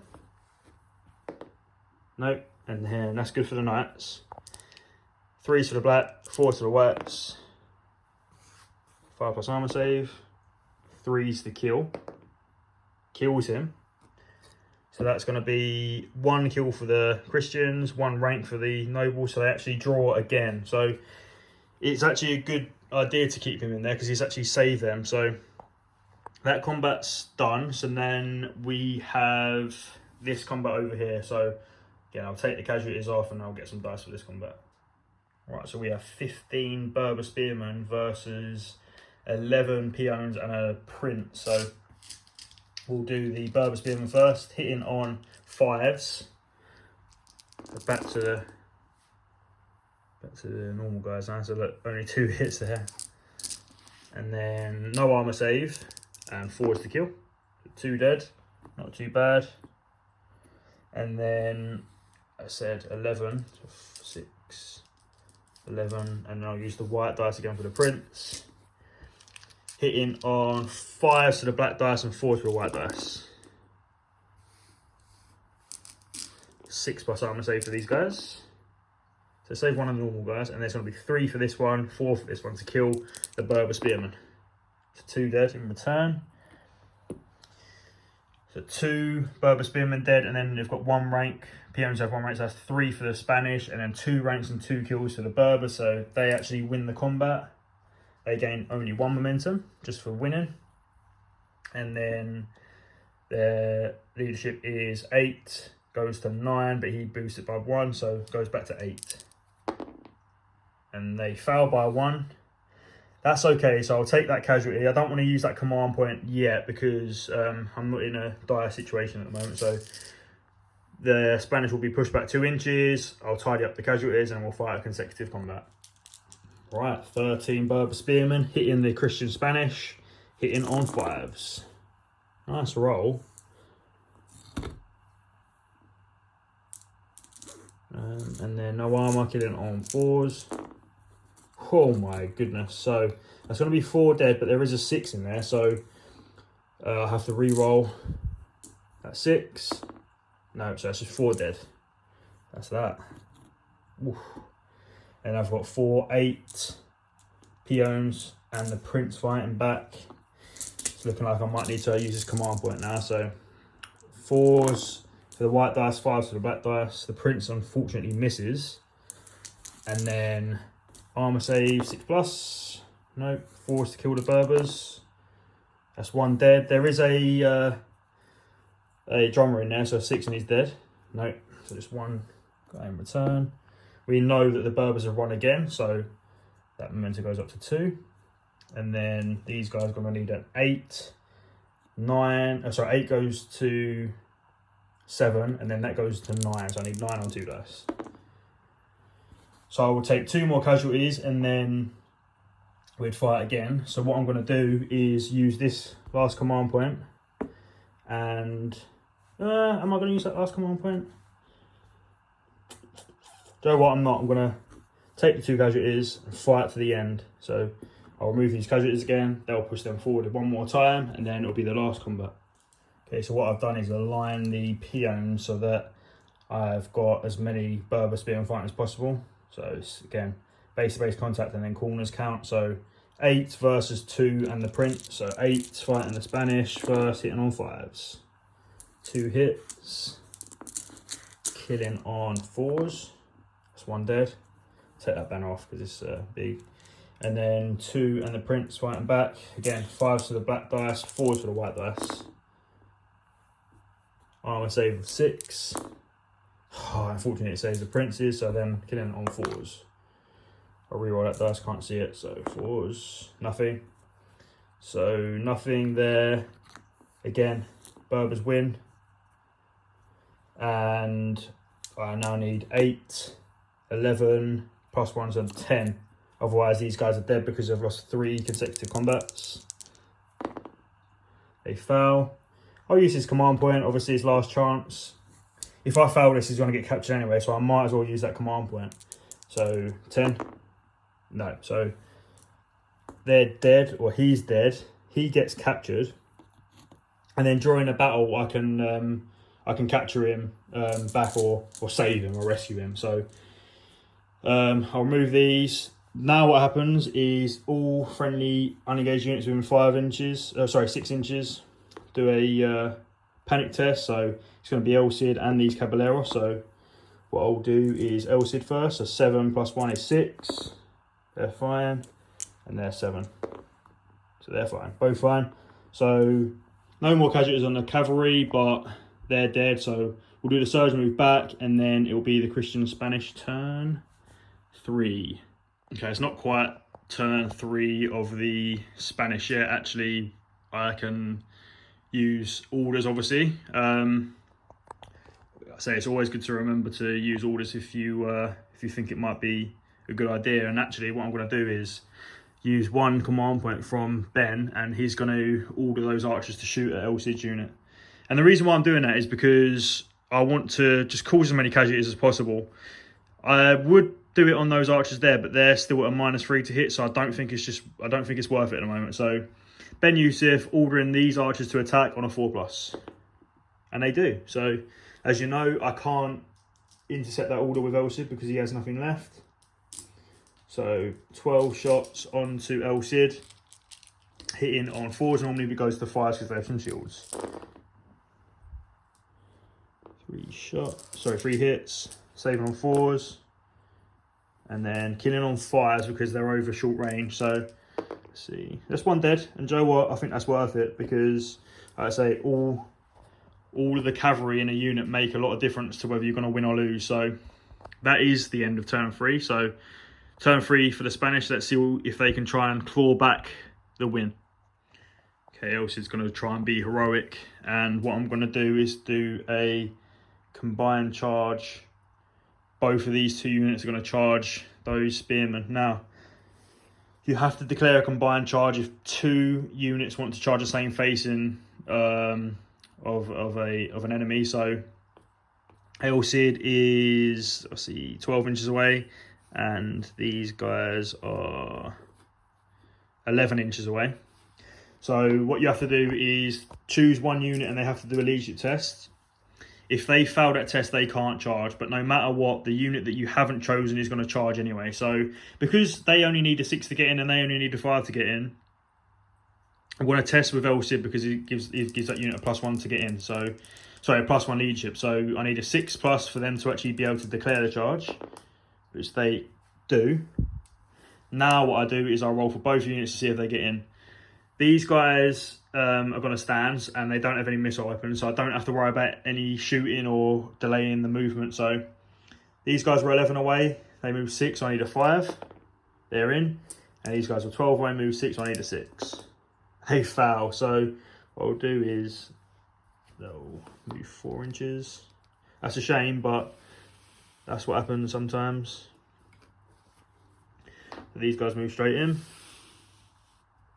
Again, automatically aligning so that everyone can fight. We have fire weapons from both sides. The cavalry have 10 and the Berber spearmen have 12. Now, these guys are much higher quality, so they hit on 4s with theirs. 4s. That's very nice. That's right. And then 6+ armor. 10 on 4s. So that's 3 dead. And then, let's say 12 spearmen throwing their fire weapons. Now, those 3 spearmen won't actually get to attack with their spears in combat. Any casualties that the cavalry suffer also won't get to fight in combat as well. So 5s for the spearmen on the cavalry. 5 hits. Cavalry do have a 4+ armor save though. And then killing on 5s. So no casualties on the knights, which is good. So we'll go straight to the actual combat. So it's going to be 10 Caballeros Hidalgos with cavalry spears fighting 9 Berber spearmen. So let's see what happens. So as mentioned earlier on in the game, the cavalry spears do 2 different things when you're charging and when you haven't charged. When you charge, they infer -1 armor save onto the unit that they're attacking. So these guys don't get the 6+ armor save this time. So I am going to be hitting on 4s though, but I do get the reroll. So 4s, rerolling. That's really good. Every single thing. Like I say, they now don't get their armor save. So let's see if I can kill them all. 4s.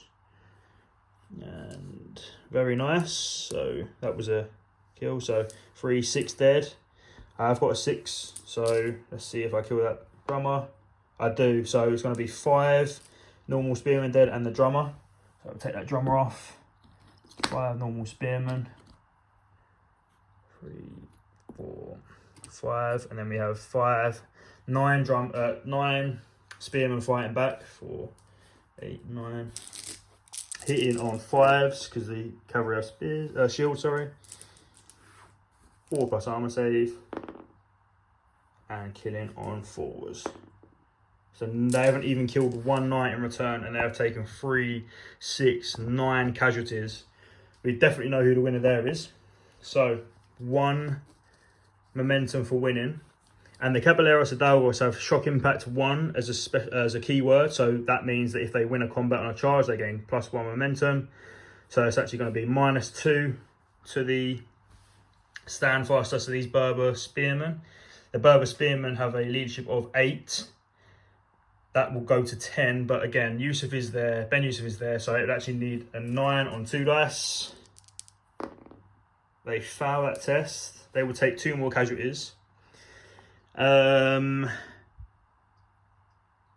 Yusuf is going to use the command point there, I think, and try and stop that. And the reason why he's going to do that is because if I stop him in this combat phase, if I stop him in the charge, I have to fight in the combat phase, which means these guys won't be able to move away in the movement phase. So I'll use this white dice to reroll this too. So again, I need a 9. So 4+ or more. No. So they take 1 casualty. I'll push them back 2 inches this way, tidy up all the casualties, and then we'll fight a consecutive combat. Okay, so I've done that pushback move, and I've also aligned the spearmen now, so we know that I still have 8 cavalry fighting to the 3 spearmen. So 8 cavalry spears this time, and because I didn't charge this time, what it means is that the spears don't suffer the -1 if the enemy has shield. So I'm hitting on 3s this time, but I don't have rerolls. That weren't great. 6+ armor for the Berbers now. Oh god. And 4 is the kill. They actually do kill one, thankfully. And then 3 back, hitting on 5s. 4+ armor save, and then 4 to kill. So they do kill one in return. Actually, what happens is, because it's still a consecutive combat and I charged, we've got 1 to kill to 1. So actually, it is a draw, but the spearmen are in deep trouble now. So that's the charge phase done. So we'll go on to movement, because we'll go on to movement and see what happens. Thankfully, this turn movement's actually quite nice and simple, because I only have 1 unit that's unengaged or not dead. So Cid is just shifted over a bit here, so that once these cavalry hopefully kill those spearmen, they can surge backwards and get out of the way of those spearmen there. So that's that. So we'll go on to combat. We have this one, and obviously these knights over here. So I'll do the caballeros over here actually first. So I'll do the Spanish first. So 1 plus him. Again, the white dice is the prince. Just the prince hits. Saving on 5s. And killing on 3s. No! And then it's going to be 4 nobles. Hitting on 3s. Saving on 4s. Saved all of them. Unfortunately, they have a rank still. They've got 4 guys left, so I do lose. It is in the flank, so that's 2 momentum. And they need 7, 6, 8. Oh, no! So that's 5. They lose 2. You don't count him for casualties, so 2 dead. They actually die. That's a shame. He gets captured. They're removed, and then they can surge. That is a real shame. And then we'll move on to that combat over there. Onto these Caballeros Hidalgos in the centre, and I am really hoping that they can finish off this unit of Berber Spearmen here. So I have only 6 attacks now against their 2. So 3s. Yeah, I think I should get these here. So 6s and 4s to kill. So I do get them. Even though I got a 6, the commander in there is mine, and obviously I won't kill my own guy. So they do die, but they do get to fight back. So 2 back, hitting on 5s, nothing. So this could be interesting. So as you know, he will be what's the word? It's not captured back, it's rescued, and then all unengaged friendly units of this Berber Spearman unit have to do a test. Now that's going to be these archers, the Black Guard, and then this unit is a combined formation, so they actually count the best leadership. So I'll do the archers first. They're a 9, but Yusuf is there, so they need an 8. So they take 4 casualties. 4 casualties. Black Guard are on a 7. They're next to Ben Yusuf, so they need a 6. They're fine. And then these guys are 8. They've got a attached commander 7, and Yusuf is within 12, so they're on a 6. They're fine. So just the archers. I'll remove these casualties. These will do a surge move, and then we'll go on to turn 4 for the Almoravids. Okay, so it's turn 4 for the Almoravids now. As you can see, these Caballeros Hidalgos have moved back as far as they can. They're still in a danger zone of those spearmen there.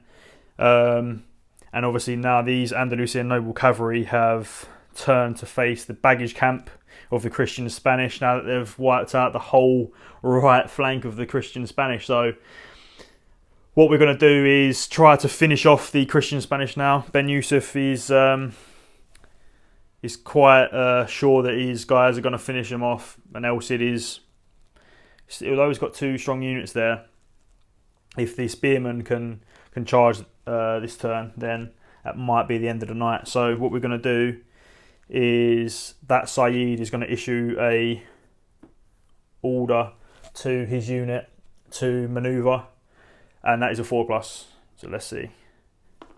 He fouls. Ben Yusuf's not happy with him. He looks at him, so he's going to spend that last command point. And you can only re-roll. So you can only re-roll an order once. So this is the last chance. 4+. They get it.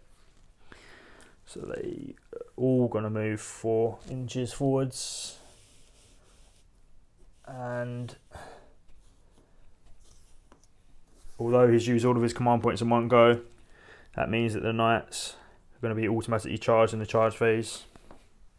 these spearmen are going to stay in reserve, and so they're charging them.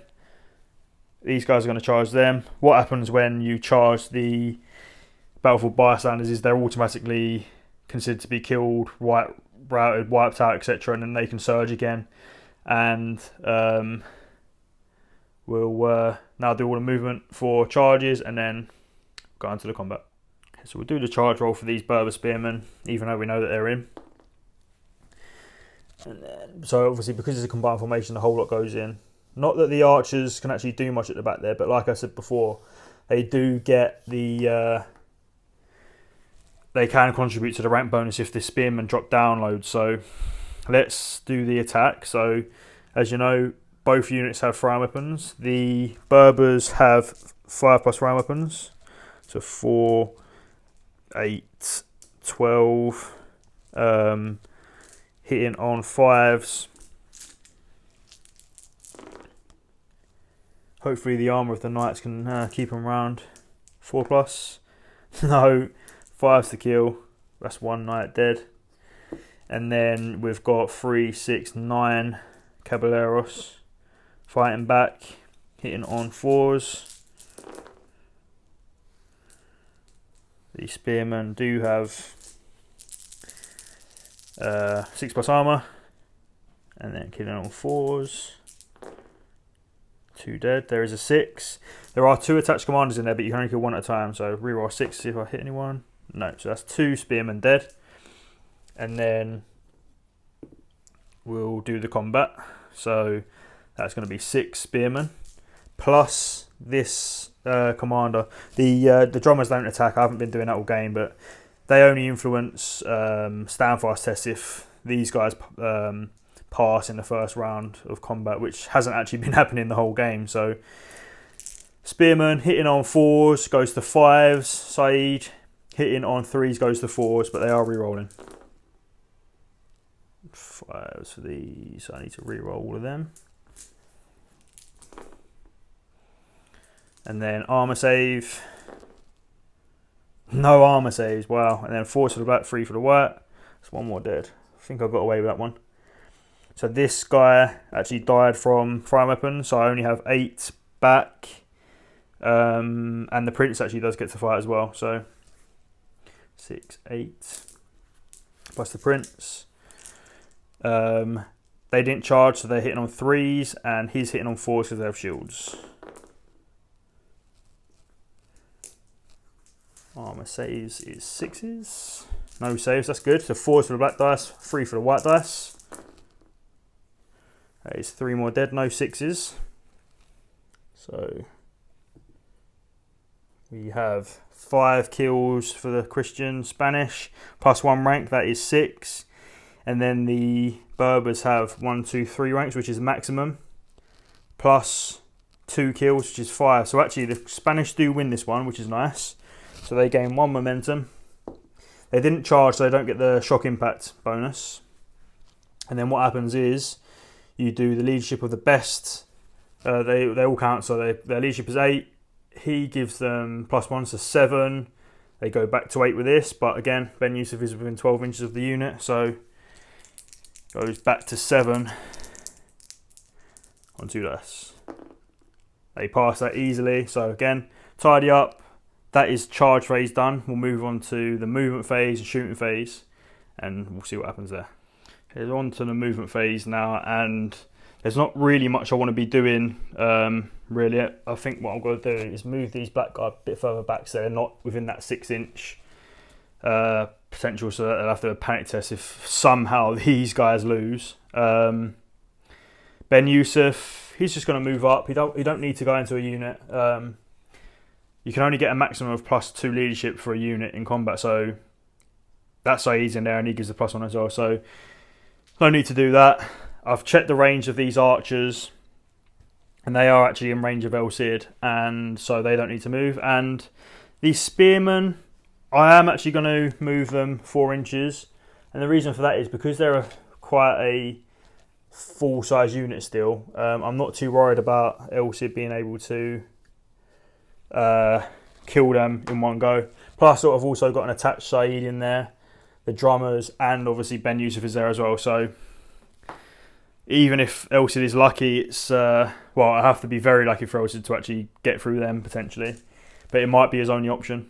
And then what I'm going to do is, even though these Andalusian nobles have actually done really well this game, I don't want them to somehow be destroyed. So what I'm going to do is I'm going to use their movement and do expert horsemen, which they get to do all the time, and that basically means that no matter what, they can always pivot before doing any movement. So they can pivot and actually march, and they are light horses, so they can actually go 14 inches. So like I said at the start of the game, they can move all over the place and get out of the way. So you can't shoot after marching, but I mean, they've gone from my side of the battlefield over there in one move. So if you don't take them down early, they are going to be moving wherever they like. So it's a nice little unit to have on the table, especially as allies. So that is movement done. So we'll go on to shooting, and there's only one thing that can shoot, and that is those archers at the back. They've taken some casualties from guys running away from panic, but they still have 8 shots shooting into El Cid, and they're going to be hitting on 5s because they have shields. Really good shooting. 4+ armor save. No, the armor save's letting them down now, and then 5's the kill. 1 dead. It's a 6. Can it be El Cid? Let's see. No. So just 1 more guy dead. That's 2 casualties from shooting now. Not too bad. That is shooting done. I can do another order to shoot if I want to, but I think it's best to save those 2 command points that the Almoravids have left for potential losses in combat and re-rolling stand fast tests. So let's go on to the combat of this turn and then see if the Berbers can finish the Christian Spanish off. Right, so it is 18 spearmen plus the Cid there into the knights. Black dice sitting on 5s, the white dice sitting on 4s. Quite nice. The Cid actually did miss, which is nice. And then armour, which is 4+. That's not too bad. Still keeping them around. And then 4 is the kill. That's 2 more Caballeros dead. There is a 6.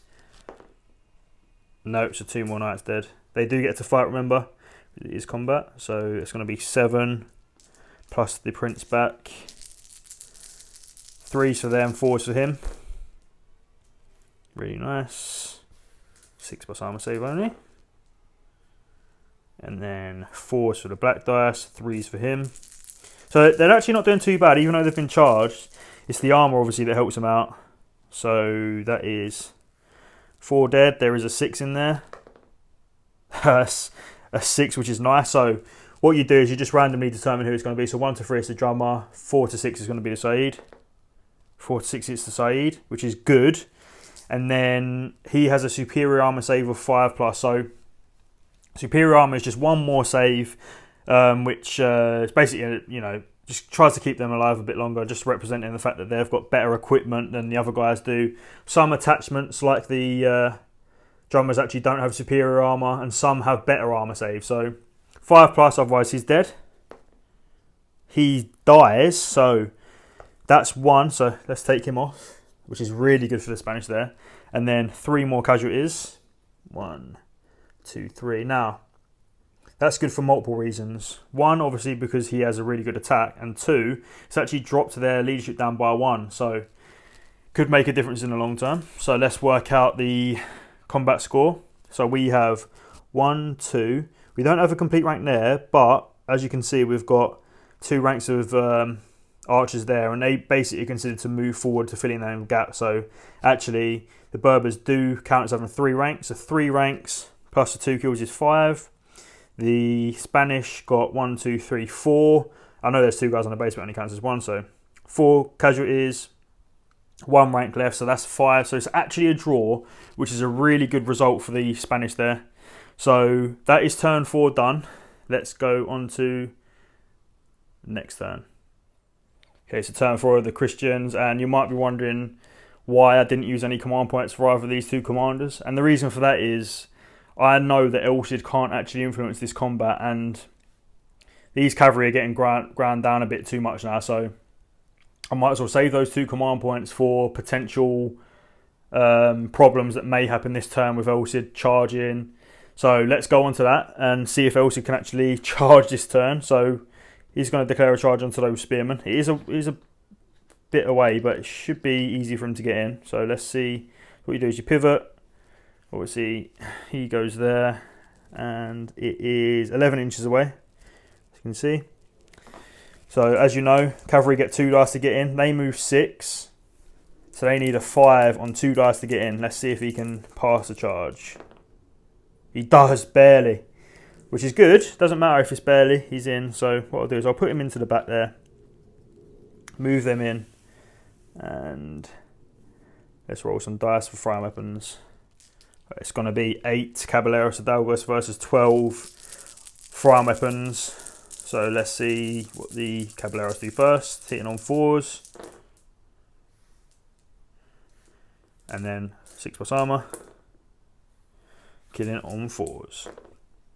Oh my god, that is shocking. Right, and then it's going to be 12 5+ fire weapons back into the knights. 4+ armor save. Wow. And then 5s. That's 1 dead. It's a 6, so I could hit. El Cid. No, so 1 knight dead. He actually loses his attack now. Now it's going to be 7 plus El Cid versus 18 plus the Cid there. So 6, 7 plus him. Hitting on 3s goes to 4s for shields. That's also the same for El Cid as well, but I'll use the white dice for him because he kills better. Re-rolling for the charge. Oh, no. It's going to be -1 for the armor save. El Cid does actually have a cavalry spear as well, so straight to kills on 4s, and he's killing on 3s. So that is 4 dead. There's a 6 there, so I'll re-roll that, see if it hits anyone. No, so just 4 guys dead there. It's not too bad, but unfortunately we could have hoped for a few kills from the fire weapons. So now we have 18 attacks back from the Berber spearmen, and also the Cid gets the fight as well. So he's hitting on 4s, they're hitting on 5s, so no rerolls. I think I might have got lucky there. Let's see if the armor save can make up for the bad kill rolls of the fire weapons for the Spanish. 4s. And then the Cid is going to kill on 3s.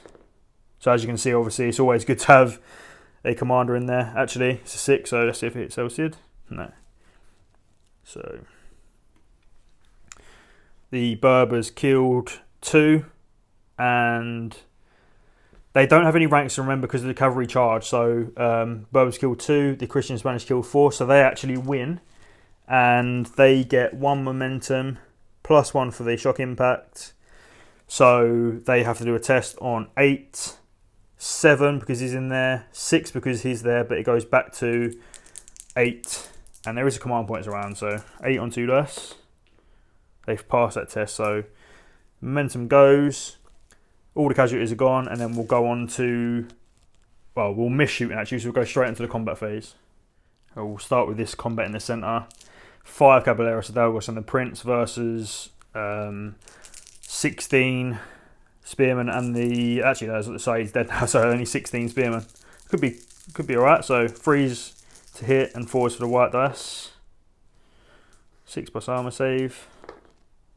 And then 4s for the black dice, 3s for the white dice. No! And then like I said, so we're missing 2 Berber spearmen. And these are going to be hitting on 5s. So what do you reckon? Let's see. 5s.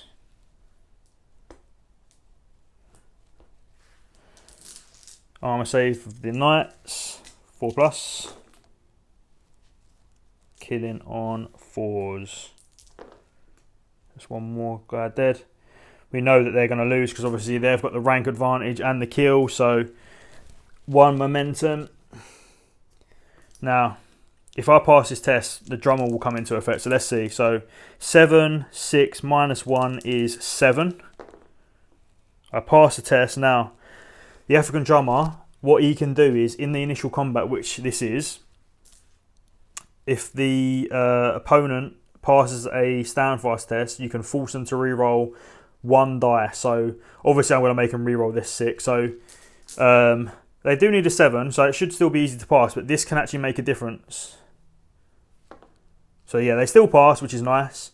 So momentum comes off, casualties come off, and then what we'll do is we'll go straight onto this one without any delay. So we have 6 Caballeros Hidalgos and El Cid in this one. Remember that they all have cavalry spears, so they're ignoring the shields of the Berber spearmen this time. Versus 18 spearmen and the Cid back, so we'll see if we can survive. So all hitting on 3s. Ooh. Armour saves, 6s. And then 3s for El Cid, 4s for the black dice. So 2 dead. There is a guy in there obviously, so 6s again. No, so 2 more guys dead. Even though I have killed 1 there that would be able to fight. Remember, it's all simultaneous. So it's going to be 18 dice plus the 1 for the Cid there. Black dice going to be hitting on 5s. He's going to be hitting on 4s. That's nice. That's really good for El Cid there. Only 2 hits. The armour save should obviously save him here. So 4 is the kill. No. So could hit him. No. So 1 guy back. Problem with this, obviously Cav, even though they are good and have good armour save, the thing that lets them down against infantry is obviously the rank. So because I haven't charged this turn, they do get their rank bonus, which is 3 and a casualty 4, and I only get 1, and I've killed 2. So I've actually lost that combat, unfortunately. So they're normally 7. El Cid is in there, so 6, but there's a momentum, so I need a 7. So 5, so I take 2 more casualties. What I'll do is I'll take the outside one so that everything's aligned, pre-aligned, and then remove them casualties, tidy up, do the pushback, and then we'll fight that combat. Right, so only 3 Caballeros Hidalgos left and El Cid. Let's see if they can fight to the last man. All hitting on 3s. I think they're giving up now. 6 plus armour save, and then 3 skill for the white dice, 4 for the black. 1 more dead. See if it hits anyone special. It does. 1 to 3 the drummer. Yep. So it hits the drummer. Like I said before, he doesn't have a superior armor save, so he just dies without any trouble. And then we've got 17 spearmen and the Cid there. So 18 attacks back, 5 to the black dice, 4 to the white. That's only 2 again. Armor save 4 plus. No. And then 4s to kill these guys.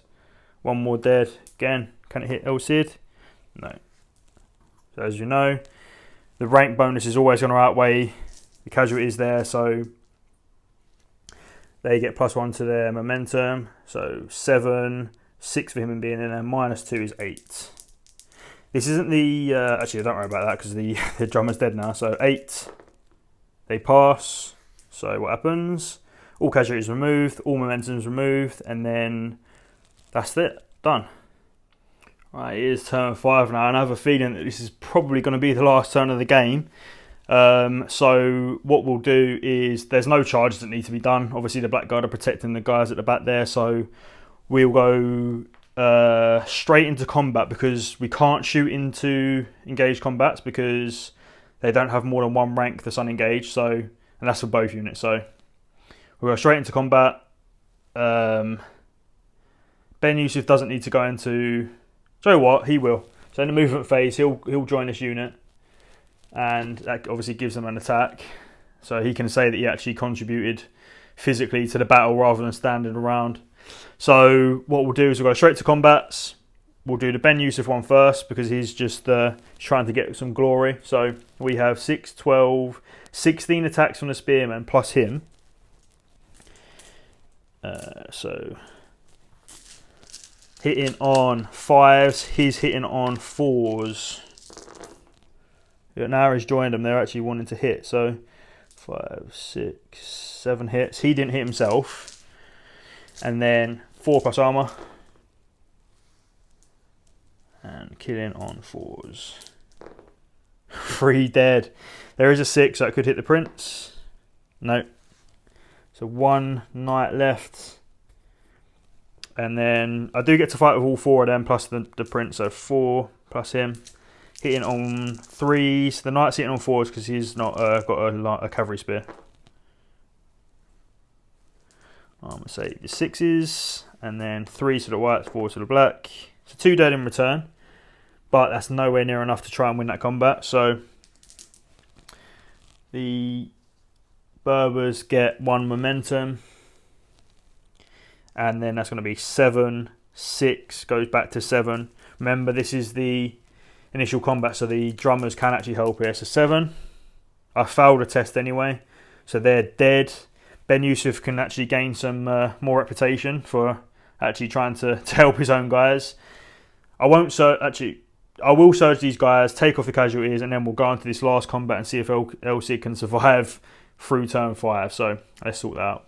Okay, so one thing I didn't say actually is that this prince has been captured again, so he's not having a lucky day.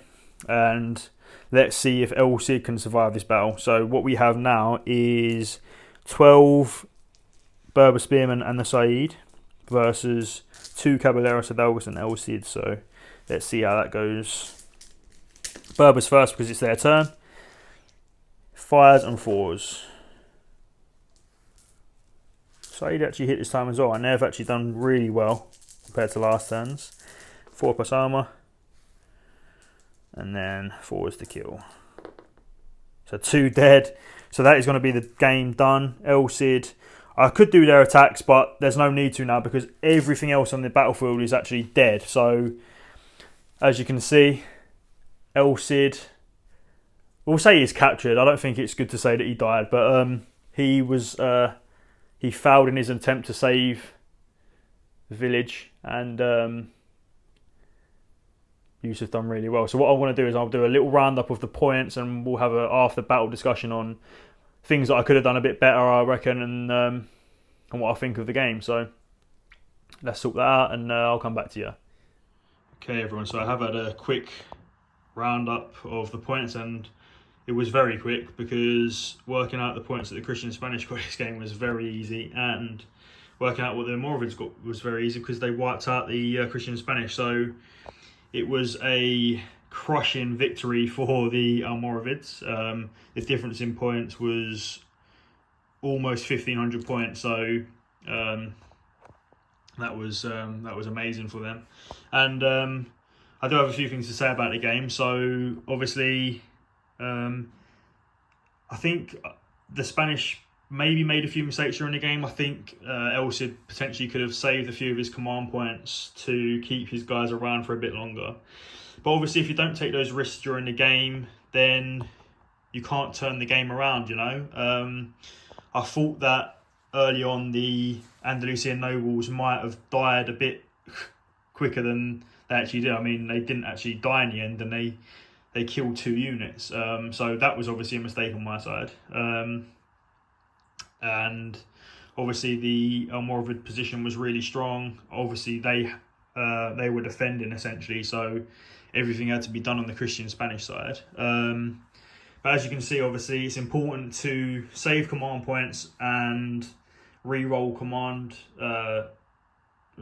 tests, and not always spend them on issuing orders if you don't need to. Obviously, I'll be coming back to the game again.